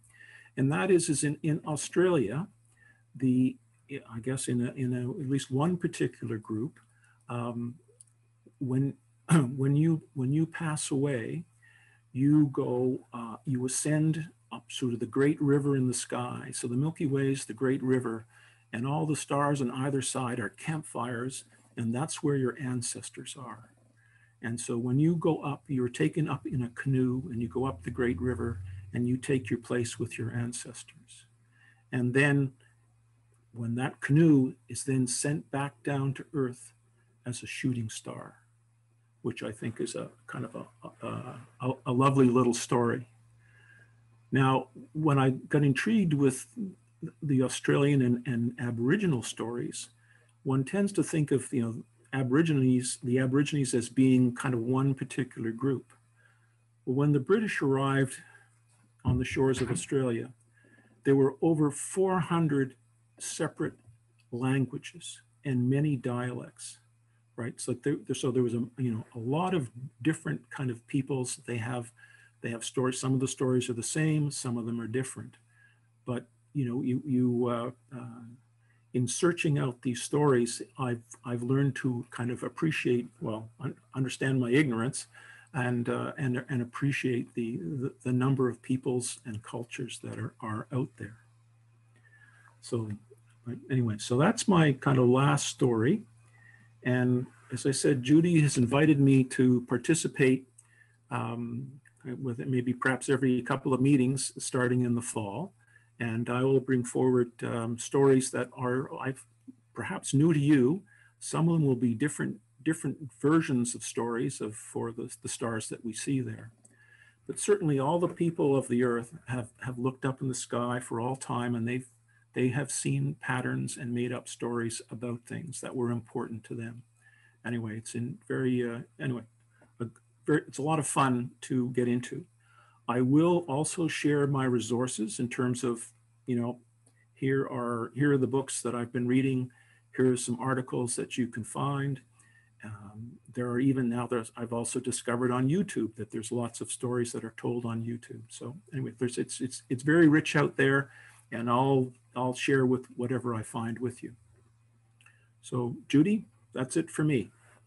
Great, thanks so much, Chris. Stop the screen share there. Any questions for Chris?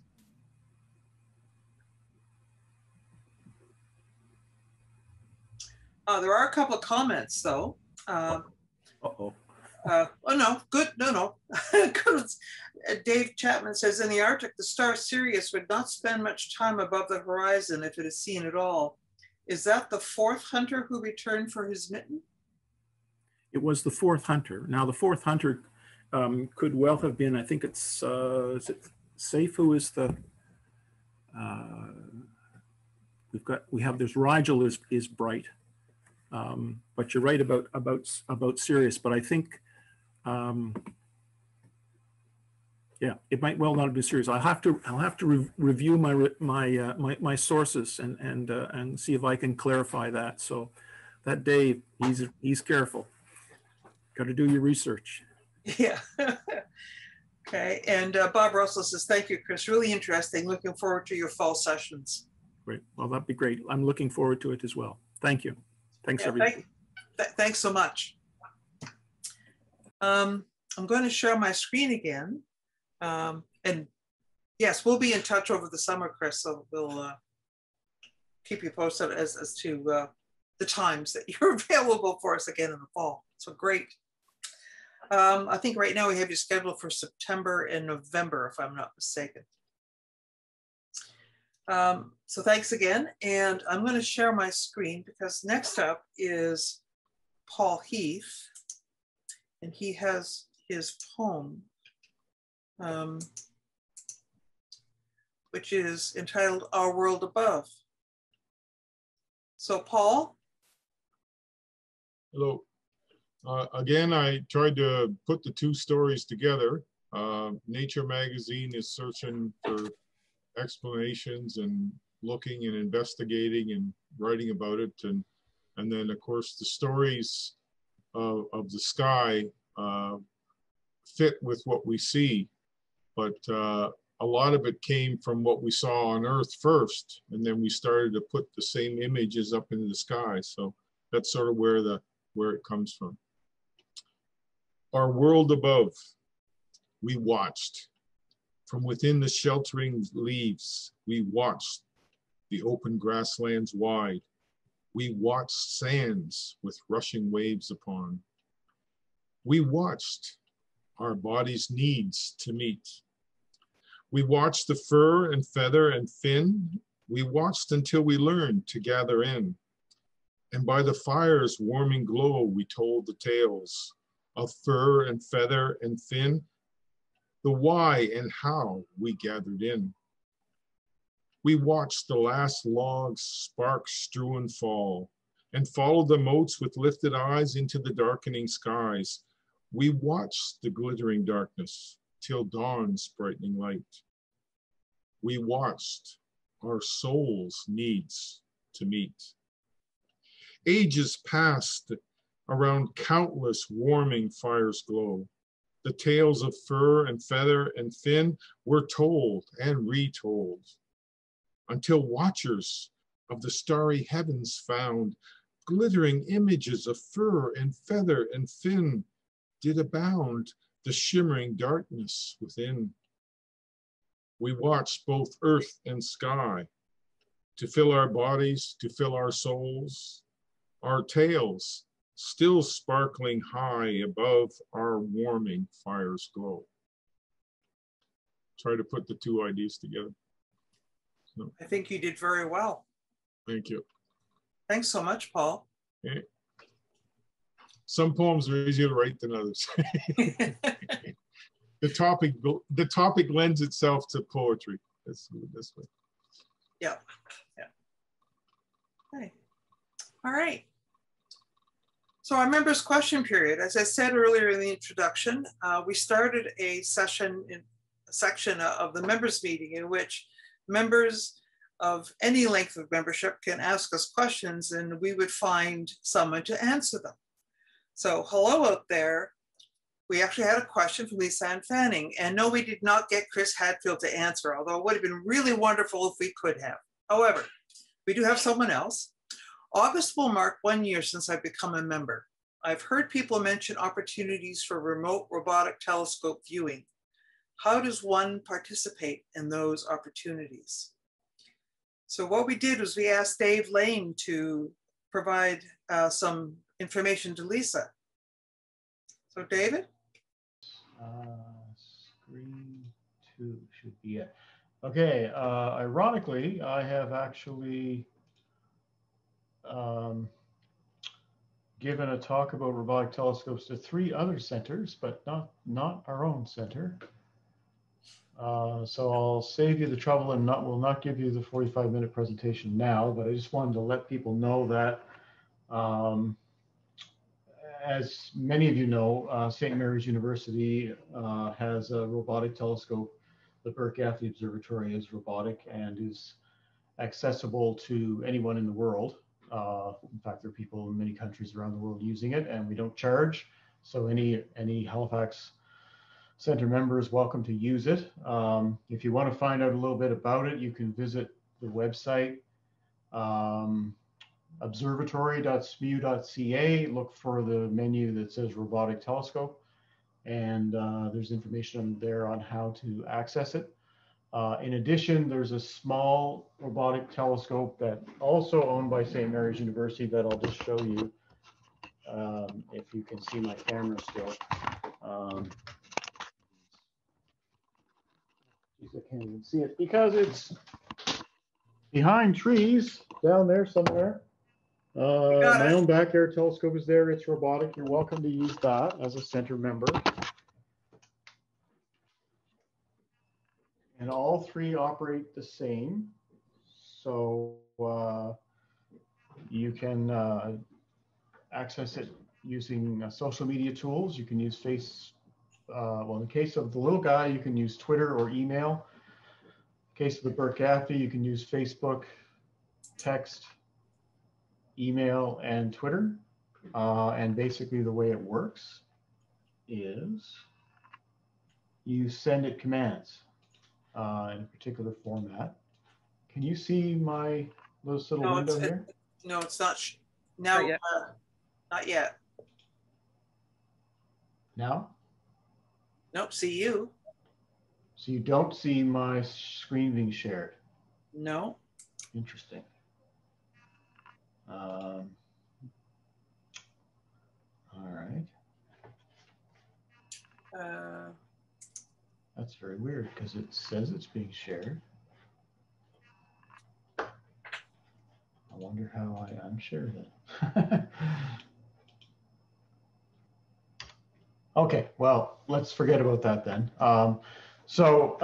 Yeah, so you basically talk to it using commands. So you might say something like hashtag request object equals moon, and that goes in the telescope's queue. And then the next clear night when it's able to observe that object that you requested, it will take the image and send it back to you both as a JPEG you can look at, or you can access the raw files to do your own image processing. And people are using these 3 observatories. The 2 in my backyard, one is mine, the Abbey Ridge, and the other one is the Mini Robotic Observatory, which is a 4-inch refractor. Is owned by SMU. Actually, the telescope's mine, but the rest of the stuff is same areas. And then the larger 24-inch telescope, the Burt Gaffney, is accessible as well. So you can use those yourself. If there's actually any interest, over the next while, in maybe even doing a workshop in an evening on a separate time, just to sort of walk through how you get signed up, how you use it, how you do processing, I'd be open to doing that if there was interest in Definitely. doing that. Thank you. Yeah. Because there are, as I say, there are people around the world using it for fun, taking lots of pretty images, including color images. There's also people doing amateur science projects, variable stars, asteroids, and submitting observations to the American Association of Variable Star Observers and the Central Bureau for Astronomical Telegrams. Not only the big guy, but even the little guy. One of our past RASC presidents, national president, Scott Young, he's having more productivity and fun with the little 4-inch than he is with the 24, probably because there's more demand for the big ones use. So regarding other robotic telescopes, there are certainly lots of them around the world, and most of them are not free. The RASC has a robotic telescope located, the National RASC owns a robotic telescope that's located in the Sierra Nevada mountains of California at a shared telescope facility. And but it's been it's a project that seems to be not really gone the way they originally thought, I guess. I don't know a whole lot about it, but I went to look up what was the current status of it in order to answer this question. And basically what I found was it seems like the information that was on the national website has disappeared. And it seems to be being promoted principally for high school education use at the moment. That's the best I've been able to figure out. It might be something worthwhile for the center to ask, what's the status of the robotic telescope that we bought? But I can't answer that question. Yeah, or maybe we could have a second session, a follow-up session to yours, specifically related to the National RASC. Yeah, I think one of the challenges they have is that I brought up when they originally bought the thing was by being, 3 or 4 hours west of where most of the population of the RASC is, that is Ontario, Quebec, and I guess the Maritimes. You have to be up at 3 in the morning to actually be able to access it live. So there's some logistical issues there. Probably would have been better if it was in Europe. But anyway, all right, that's all I have. That's great. Thank you, Dave. Yeah, sorry, my screen sharing didn't work. I was just I know what I was going to mention just before I end. If you're interested in learning about these observatories, in particular the Mini Robotic Observatory, the little 4-inch, if you go on YouTube and just search for the Kingston Center, gave a talk at their monthly meeting in March. So that's all been archived on YouTube. So if you want to watch the presentation after the fact, it's online. Wonderful. Okay. Okay, thank you. Now let's see if I can get my screen back. Okay, well, thanks so much for that. And thanks for the question, Lisa. You just created the need for a special session that perhaps we could arrange sometime over the summer to maybe capture a rainy night some night. Next up is our resident observing chair, Dave Chapman. Hello. Welcome, Dave. I guess you're going to tell us what's up in the June skies, and maybe a little bit about July and August too, near the end. Yes, I am now screen sharing. You are? And should be there up on the screen at the moment. Mm-hmm. So, okay, this is the what's up from for this month and then some. I just wanted to say a few words about this cover picture. You'll see the moon right away, but if you look elsewhere, you will also see Venus and Mercury. And I'm trying to remember what the date was, but it was a year or so ago that all these three were in the evening sky. And I was able to grab this picture actually across the lake from where I live, up on a street called Sinclair, which it goes quite high up and is a bit of a nice vantage point, which is something I don't have in my backyard. I wouldn't have been able to take this picture from home, but it was like a 5-minute drive. Anyway, that's what that's all about. I think it was May 23rd. I have a little report about it for the BNS newsletter. Yeah, I was actually on Sky Safari trying to sort it out, but I got distracted. But yeah, so I'm guessing Venus is at the lower right there, and Mercury must be the one almost in the center. There's a star up there too, which would be, that's your homework assignment. What's the star at the right of the screen underneath the registered trademark there? Okay, let's move along. Okay, so the sun this month. All right, well, it's June, and June contains the summer solstice, this June 21st. And so what that means is that throughout the month of June, the day and night conditions don't change very much. You can see here between the beginning and of June and the end of June, the length of the day and the length of the night doesn't change much. Obviously, it minimizes, the length of the night minimizes on June 21st, but sort of as a rule of thumb, basically June is pretty constant. So, you know, we have about 15 and a half hours of sunlight, only about less than 4 hours of, you know, darkness, long periods of dusk and dawn. So for the person who likes deep sky observing and dark skies, the window's pretty small and it starts pretty late. But it is not a bad time to be observing the moon and some other things, planets and whatnot. If you haven't seen my presentation before, up at the top right, there's a link to today's solar activity, and the PDF version of this, which is on our website. All those links, underlined links, they're active, so you can go anytime and check out what's the solar activity is. The solar activity is increasing month by month, where solar cycle 25 is underway. It's been taken a long time to get going. And if you follow David Hoskin at all on social media or otherwise, he has a brand new solar telescope, and he's putting together some amazing hydrogen alpha pictures of the sun, including very detailed pictures of the structure around the sunspots and also prominences. So try to follow him, because he's got a almost daily record of what's going on. I don't know how long he's going to keep that up, but anyhow, for gardeners, it's a great month. Lots of growing sunlight, sun's high in the sky. I planted beans and they're coming up, so I'm pretty happy about all that.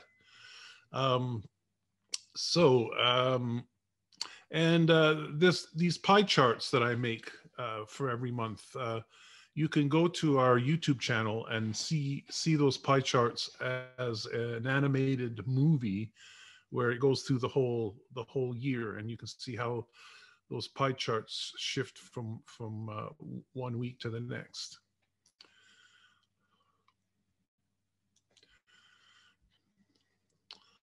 I hope you don't hear those silly blooping sounds when I don't click the screen properly. You? Hope not. All right, what's going on with the moon? Well, there's some very interesting stuff going on with the moon. I'll get to that at the end. But the last quarter has passed. We're past the last quarter.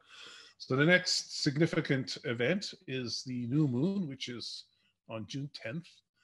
And it is a partial eclipse. I've called it a sunrise partial eclipse. It's just after sunrise here. That is the start of the tree's fully leafed moon, Nipnicus. And I'll say a bit about that. Nippon is the word for leaf, and Nipk is the Mi'kmaq word for summer. And Nipnigus is the trees fully leaf moon, which is always around the time of the solstice. The Mi'kmaq calendar is basically adjusted from time to time in order to make sure that those four principal moon periods are located around the solstices and equinoxes. So last year we actually had to double that up, which is another story, but everything's cool now. So the other thing to look for this month on the 11th, the day after the new moon, it's not exactly a young moon, 24 hours, but it's still pretty young. And if you'll be able to see the moon and Venus in binoculars, 5-degree field of view, which might be worth looking for. That would be soon after sunset, which is as late as 9:30, believe it or not. The first quarter is on the night of the 17th to the 18th, and I'll be talking a little bit about that later. Full moon, the full trees fully leaf moon is on the 24th. And I've got a link there to the Mi'kmaq language videos we made with Curtis Michael teaching you how to say those in Mi'kmaq. And at the very end of the month, the moon passes by Saturn and Jupiter in the early morning sky. Now, June 10th is it's an annular eclipse, although from Halifax, all we're going to see is a partial eclipse. But the maximum, I thought I wrote it down here. I think the maximum is around 70%, something like that. I can't remember. I should have to look that up. So it's a pretty deep partial eclipse. Now the thing is that it starts just after sunrise. So the sun is just a little bit above the horizon. And so if you want to see it from the very beginning, you'll want to find a place where you have got a good horizon. And the maximum eclipse is about 6:30, which the sun will be about 9 degrees up. So it'd be a little bit easier to see. Now, we have not promoted this as a public observing event for a number of reasons. Most people aren't interested in doing anything that time of day, so it wouldn't be a very popular thing. Plus, we're still COVID restricted, so it would be wrong to gather people together. Plus, there's a hazard involved, and basically, if you do not have the appropriate solar filters to watch this, either through your eyes or binoculars or a telescope or anything, you really shouldn't be looking at the sun. You need to have an approved solar filter. If any of you had filters from 2017, you'll have the right kind of filter if you've kept care of it. But it's been very hard to get them. I ordered some. I remembered, I don't know if I was dreaming, but I thought I ordered some from Sky News, but I haven't seen them show up yet. So I don't know if I'm going to get those. But I did get some in the mail the other day from an unexpected source, but it was only a handful. And I've given the ones I have, I've kept one for myself, and I've given the ones I have to particular individuals who I thought would benefit from having them. So if you have a solar filter, use it. And here's another tip. Because the eclipse is so close to sunrise, you might be tempted to look at the sun through a thick cloud or haze, thinking, "Oh, it's not very bright. I'm okay. I can look this. I don't need a solar filter." Well, you would be wrong, because what you don't see is the infrared. And you could be looking through a cloud-filtered sun and think that you're doing okay because it's not very bright, but you could be unknowingly absorbing infrared radiation in your eyeball. And you know what? There's no nerves there. You would not know you've hurt yourself. So please do not be tempted to look at the sun. Except, a glance may be okay, but do not stare at the sun or look at it for any length of time without a proper filter. Okay, so that's my safety. And I would say you should probably be using filters on your telescopes and cameras as well. You know, anyway, that's up to you, but certainly don't look at it for any length of time without a filter. I think that's all about I'm going to say. We're in a fortunate position here. We get a fairly deep eclipse, and it is just after sunrise. There are people who won't be able to see this. So we're in a good position. Let's talk more about the moon. I always try to promote, you can look at the moon anytime, of course. Anytime you can see the moon, you can observe the moon, no sweat. And here are the 24 things in Explore the Universe, which are moon features. I focus on the first quarter because, and the days before and after the first quarter, only because at that time, the moon is usually in a pretty good position at sunset. You know, it's about as high in the sky as it's going to get, and it'll be out of any trees or buildings that are around you. I cannot observe the crescent moon, the young crescent moon from my house. I'd have to go somewhere, but I do not have to go anywhere to see the moon in the middle period. So if you just want to get started observing the moon, June 15th to 19th is a nice window because you can see quite a few things in Explore the Universe for the moon, or the other lunar programs for that matter. And so the challenge is in binoculars to try to observe 3 of these things, 3 of each of the things sorry, 3 things on each of the lists here. That's how to get started. These are all big craters and Mare. The planets, it's a quiet month for planets. Mercury, you won't be able to see it this month. It's an inferior conjunction on June 11th, which means it's not that it's it just means that the Mercury, it's a conjunction where Mercury is in between us and the sun. But in July, in the morning twilight, there's a greatest elongation west, which means you look in the east in the morning twilight on the July 4th. It's not a great apparition, but that's, if you want to find Mercury, that's when and where to look for it. Venus, it's a very good evening apparition. It's at its northernmost declination in the sky.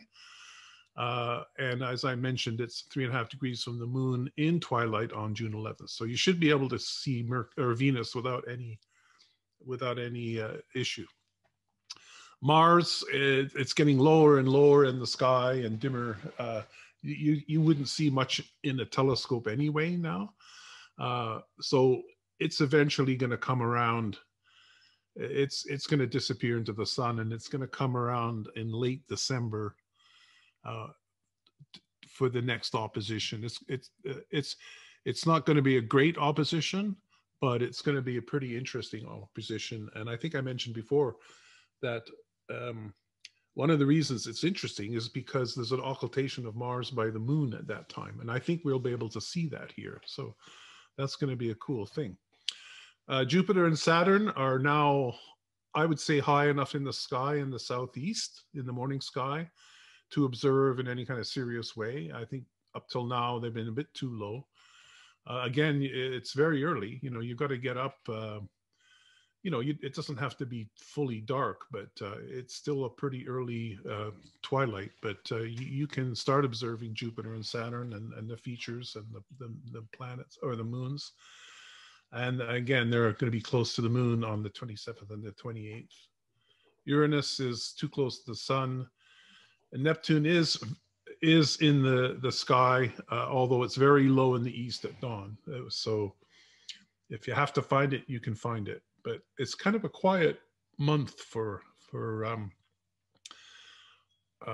planets. It's going to get more interesting in the summer when Jupiter and Saturn have their oppositions. Okay, so this being June, what was I going to do here? I'm getting, okay, here we go. This being June, we're switching from the spring sky to the summer sky for Explore the Universe. So the constellations for summer are here: Cygnus, Lyra, Hercules, Aquila, Sagittarius, Scorpius, and for some reason Capricornus. I always think of that as a fall constellation, but there you go. It's there. I guess if you stay up later in the summer evening, you'll see Capricornus better, but in the early evening, you're not going to see it that well. And the stars, the summer stars associated with those constellations are here. Most of these stars are stars that Celestron and SynScan scopes use to orient themselves to the sky. So it's worth learning the names of the stars and where they are, because at least on my SynScan, when it's asking you for a star to center the telescope on for alignment purposes, it uses the name. And so you need to know where those stars are. Now, I mean, most of us know where Deneb and Vega are, but you know, there's quite a few of us are going Rassel-Gethy, huh? What? And anyway, most of these are SynScan type alignment stars. And we've got quite a few of the brighter stars here in the summer sky. Nothing much else to say there. Now the deep sky gets interesting because there's quite a few deep sky objects in summer that are easy to see in binoculars for people doing Explore the Universe. And I'm breaking them up because these are the ones that are not in Sagittarius. And so the Hercules Cluster M13, the coat hanger, which it's in a star cluster catalog, but it might actually only be an asterism. So I don't know. I don't know what the bottom line is on that, whether it's an actual cluster. That's something worth investigating in, but it is in a catalog. And the way to find the coat hanger is you go between Altair and Vega, and it's about a third of the way from Altair to Vega, and that's along one of the edges of the summer triangle. So if you're looking for that in binoculars, and it'll pop out in binoculars when you do that. There's the Wild Duck Cluster, which is an open cluster, and the Eagle Nebula, which is a gaseous nebula, and Messier 4 is a globular cluster near Antares. Again, very easy to find. If you can find Antares, and in the binoculars you can pick up that globular cluster. So the challenge this month is to find the coat hanger in your binoculars, and it's more or less overhead, so it should be fairly easy to find the coat hanger. So the rest of the deep sky objects are all in Sagittarius. We have the Omega Nebula, another gaseous nebula, M23, which is I think that's a cluster. M25, Sagittarius star cloud is a very big cluster. M22 is another nice globular cluster. I've had people say that they like that way better than they like Messier 4, and it's a bit higher in the sky, but it is quite a remarkable globular cluster. It looks great in the telescope. And the Lagoon Nebula is a very bright nebula. As for double stars, there's a few. There's a number of them in Lyra. There's the double-double, but in binoculars you'd only see the double. You wouldn't see the double-double in binoculars, but in a telescope you'd see all four. And there's a couple more in Lyra there in the diamond which creates the body of the lyre. And Albireo is a great colored double star. And then there's a couple of stars in Capricornus, which are nice little doubles. And I'm calling out Omicron Cygni as a nice double to look for in binoculars. It's in the Explore the Universe, and it's a nice, lovely little triple star. And it can be a bit of a challenge for people to find it and then identify it, especially which stars are which. But in the picture that I've provided here, you will recognize the triple star by its hockey stick shape. So there's another star over to the left in the picture. That's not part of the double star system. It's the two bright stars, and then there's another little star there, which creates the triple. And Judy and I have a chuckle about that one. That's a story that we have with each other. Her finding that and identifying that. And you call that a chuckle, Dave? Well, you know, as time passes, yes, the memories change. But I do remember there were some testy moments between you and I trying to find this. But I think things improved. I think when you got your, didn't things improve a lot when you had your cataracts taken care of? Yeah, mind you, I've not searched for that one again. I did not realize at the time you were looking for it that you had, or if I knew it, I had temporarily forgotten it because I could not understand why you couldn't see it. But in the 2020 hindsight, I do not realize now that you were challenged when it came to looking at things through the binoculars because of your cataracts, and I apologize for that. No problem. It was found. Why can't you see it? I think I was there when you did see it, wasn't I? You were. And yeah. I was like, hallelujah. I was turning cartwheels at the sky circle. You were actually watching it or seeing it through the telescope, and it was at the sky circle at Keji. I was laying on my back on the bench, and I stared at that area of the sky for about 20 minutes and finally got to see it. And you said, what orientation is it? And I told you the orientation. I said, you got it. So it took quite a while. And there were a few choruses of hallelujah after that. Yes, there were. Yeah. Okay, let's move on. It's really a highlight. I'll always remember that. Okay, so that's it for June. I'm just picking out a few highlights for July and August. We're not meeting in July and August. I'll mention in July the new moon's on the 9th. The full moon on the 23rd is birds shedding feathers.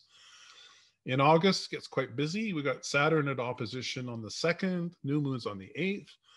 The Perseid meteor showers on the 12th with a crescent moon. So that's good because when the moon sets, the sky is going to be dark. And the Perseids do like to get active late at night after midnight. So it's going to be a good time for the Perseids this year. We still don't know if there's Kejim Kujik is having special events. So the status of the dark sky weekend is up in the air. We have a schedule. We have campsites for volunteers. What we don't know is whether the park is going to support special events.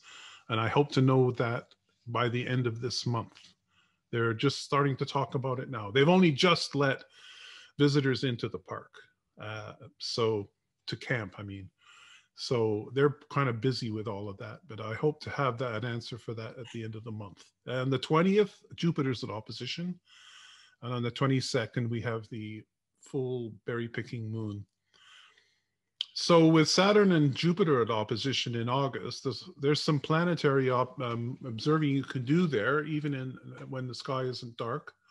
There's lots of interesting stuff to look at on Jupiter. There's the motions of the moons. I think there's a couple of double transits, shadow transits on the moon, on the Jupiter. And the other thing that is fun to do is to look for the great red spot and to actually try to measure the time of its transit, because the longitude of the red spot on Jupiter is not fixed. It wanders around quite a bit. And so actually there's a whole sort of group of people who are devoted to tracking that and handing in their observations. So it's a fun thing to do to try to measure the transit time of the Great Red Spot, which is a lot easier than you think, because your eye is very good at picking out things like that. You can be, you can get it to within a few minutes. And then just comparing that with the various different models and apps that predict it, because they're not always in line, and sometimes they're not in line with one another. So that's always, that's a useful thing to do, actually, is to measure the transit of the Great Red Spot. So for all the other things that are going on, of course, check your RASC Observer's Handbook, Sky News Magazine, which you should be getting every 2 months, and online at skynews.ca. And we'll see you in September, hopefully, maybe in person, who knows. Thank you. Thanks, Dave. Okay, any questions for Dave?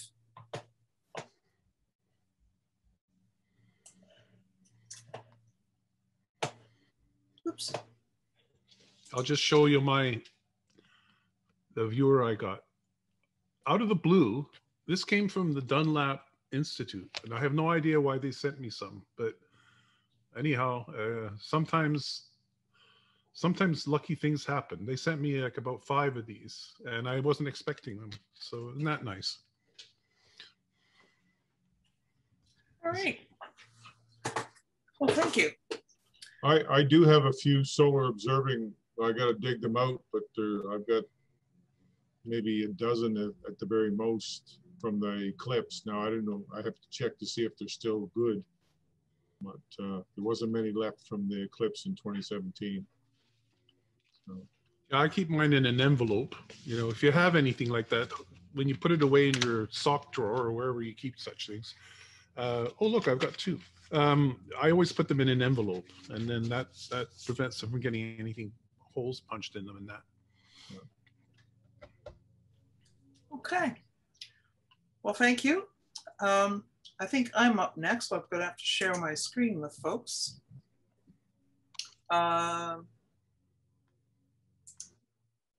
Yeah, so we'll go on from the question into news from the board, which I know to most people is really exciting stuff, but there was a whole bunch of news this month.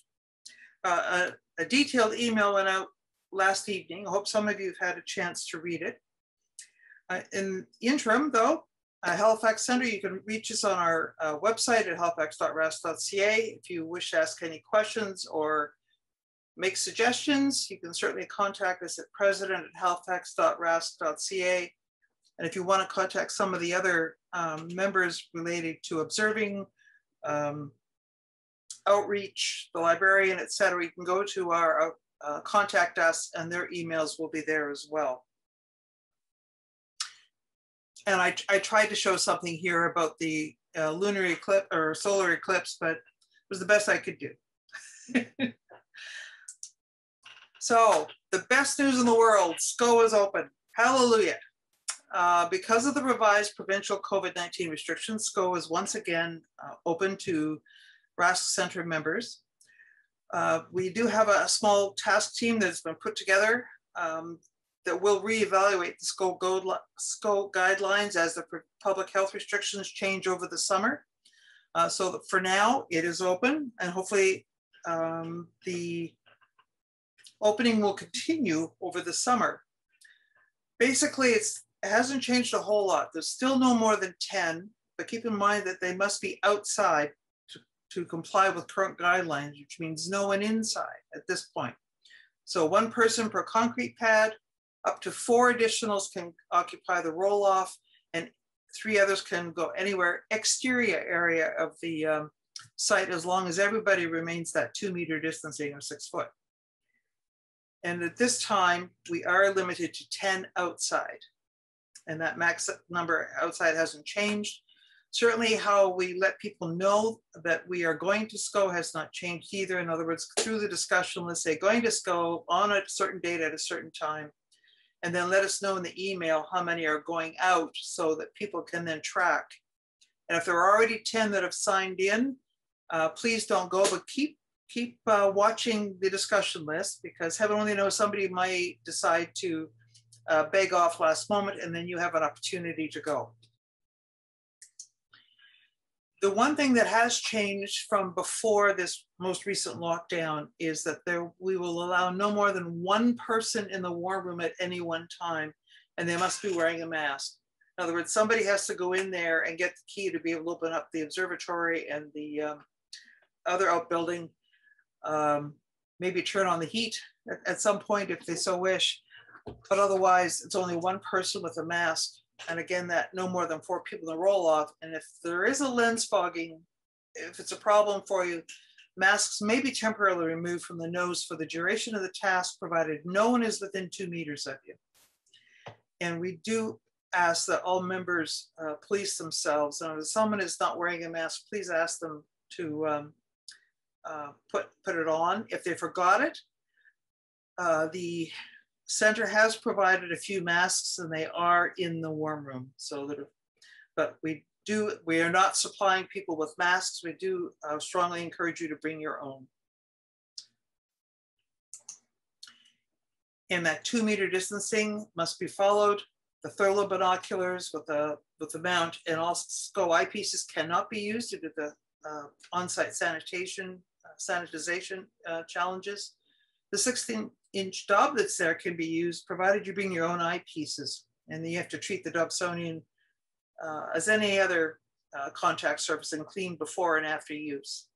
And bring your own sanitizing equipment to make sure you clean all the surfaces you touch. Doorknobs, keypads, locks, tables, counters, chair backs, light switches, etc., etc. And by the way, the toilet paper in the loo is in the ice cream container that's on the wall beside the tank. So there is toilet paper out there. As the summer progresses, the SCO use guidelines will change, and they will be posted on the site. Whenever there is a change, members will be notified, and they can read what the changes are on the website. As you know, there are several, usually every month there was a Halifax star or two, and some of these folk do receive observing certificates and pins. And this one is for Explore the Moon with a Small Telescope. And lo and behold, c'est moi. I received my Explore the Moon telescope version. I guess I was notified of it. I haven't received the award yet. What I did here, because it gave me an opportunity to emphasize, highlight sketching in terms of, we know that it's not required, but the degree of detail is certainly up to you as the owner of the logbook. These are out of my own logbooks, and you can see the year differences, and the sketching ability has changed over the years, over a 3-year period. So that the lesson here, to use Chris's example, is the lesson here is that with practice come good things. So if you want to keep it simple, like my September 2018, certainly your purview, but if you want to be more detailed, you certainly have that opportunity as well. So thank you to Dave and Dave for reviewing my submission and granting me the certificate. Nova Notes, just a reminder, the current edition is certainly on our website for those of you that haven't had an opportunity to read it.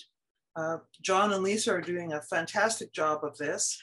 If you wish to reach them, there's their email address.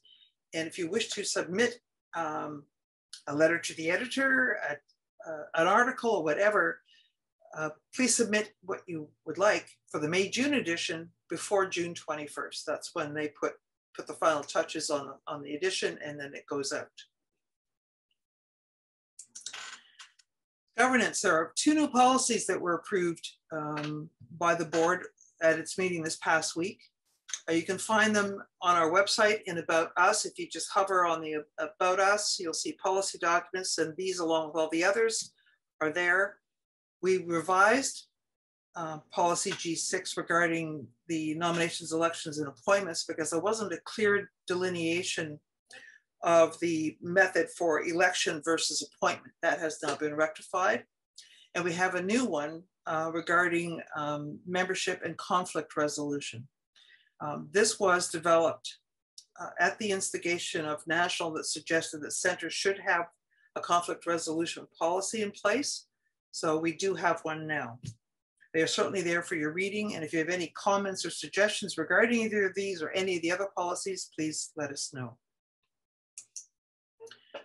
Also, a member survey, notification of a member survey went out. It's 9 multiple choice questions that also give you an opportunity for feedback. Basically, it was set up so that we could get an idea from you, the members, as to what you would like to see. Are you attending? Aren't you attending? Why aren't you attending? What would you like to see? What would promote your attendance? What would interest you in terms of anything related to it? And we also have, and every multiple choice question has an opportunity for comment. And all responses are kept in complete confidence. We would not have a way of tracking you. This survey is being hosted at the national site, so we would only get the data. We would not get who sent what in. We would only get the number of responses, and here's the answers. So please do go in and fill in the questionnaire, and we'll be sending out a reminder. The deadline for submission of your answers is the 15th. So you've got 11 days, or 10 days rather, to complete the survey. The fee review. We have been undergoing a review process over the past year regarding all aspects of the center's revenue. And consequent to that, there is a fee increase, and I'm going to have Pat address that. If you would, Pat, please. Oh, well, basically what we had done was we went back and looked over the budgets for the last 10 to 11 years. For those of you who may be newer members, you may not be aware, but prior to 2013, there was one fee that was paid to join the society, and it was split between the National Society and the centers. So each center got a certain percentage of it. And that meant that whenever the society needed more money, they had to raise the fees more than they really needed to, because the centers ended up with extra money as well. When they decoupled those, the Halifax Center kept the existing portion based on the old division, and we have not changed that since then. And we looked over the budgets. We had one year, about 8 or 9 years ago, where we had a huge surplus, mainly because I think it was the first time we had the big auction at Nova East that brought in a fair bit of money. We've had 1 or 2 years where there's been either a small deficit from Nova East itself, or where Nova East hasn't been held. And the last 4 to 5 years have all been running at a sizable deficit. So we looked at what the actual consumer price index had done between when the fees were decoupled and up to the present, and it was somewhat over $4. So we hadn't actually been increasing the fees to keep up with inflation. So we decided to increase all the fees by $5, which should cover us for another couple of years as well. The only one that didn't go up by $5 was the youth membership. It went up by $4.30, just to bring it up to a round number of 18 rather than 1870. So hopefully that will stabilize the center's finances for some time to come. And keep in mind, we do recognize that during COVID, that price increases sometimes challenge members, that there is a way of asking for assistance. And I'll get into that when we talk about joining RASC, but you can ask for financial assistance if the new fee structure in any way prevents you from staying with us. Okay, so keep that in mind. If you lack the dollars, we'd like to keep you, and we have a way in which we can assist you. Thanks, Pat. Okay, and speaking of joining RASC, there are a couple of ways in which you can join RASC. On our website, you go into the section about us, and there's a column there called Becoming a Member. Now, if you like the electronic online, you can click on the blue join,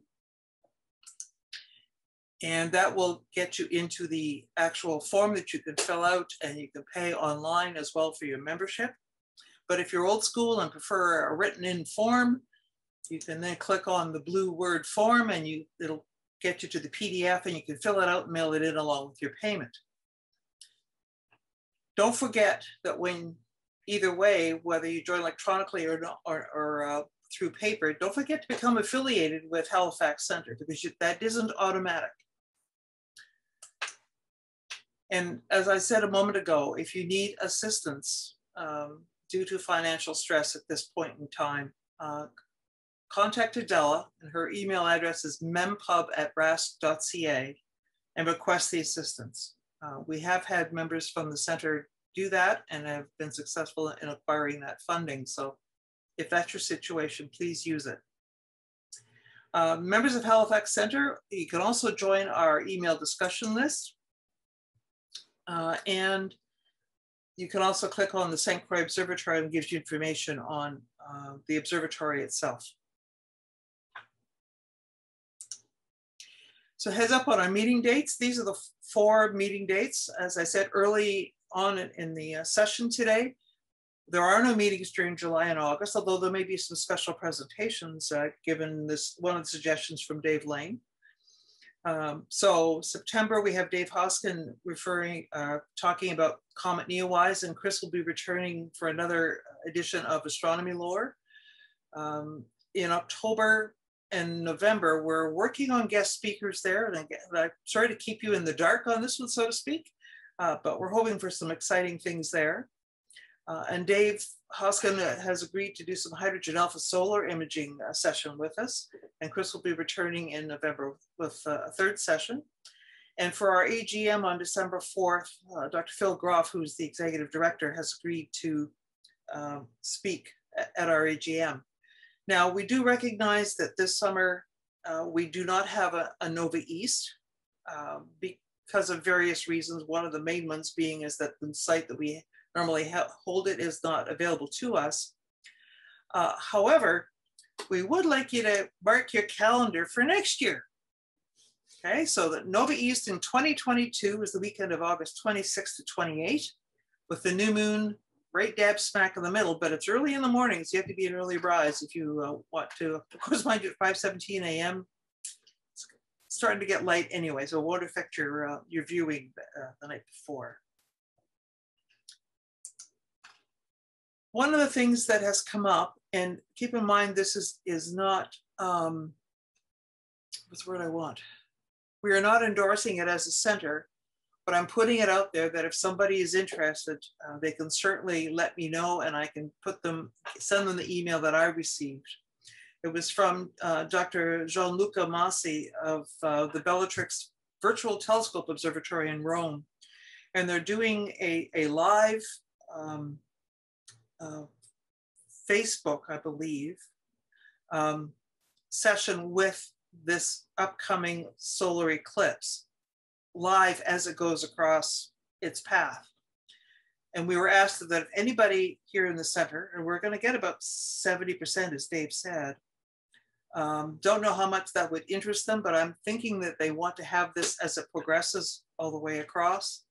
So if you're interested in being up at that hour of the day and hoping to capture some of this and would like to become involved, to grab some of the photos of the solar eclipse and share them with people worldwide live, and you will get credit for your photos taken.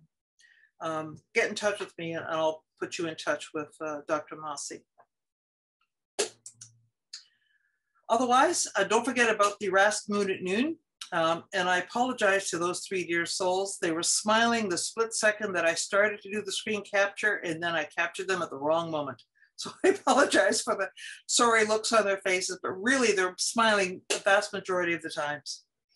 This is a session that they're doing about the Explore the Moon program. It's every Thursday at 1 p.m. Eastern. 1 p.m. Atlantic, that should read, not EDT. It's 12 p.m. Eastern, 1 p.m. Atlantic, until June 17. So the next session is next Thursday, the 10th.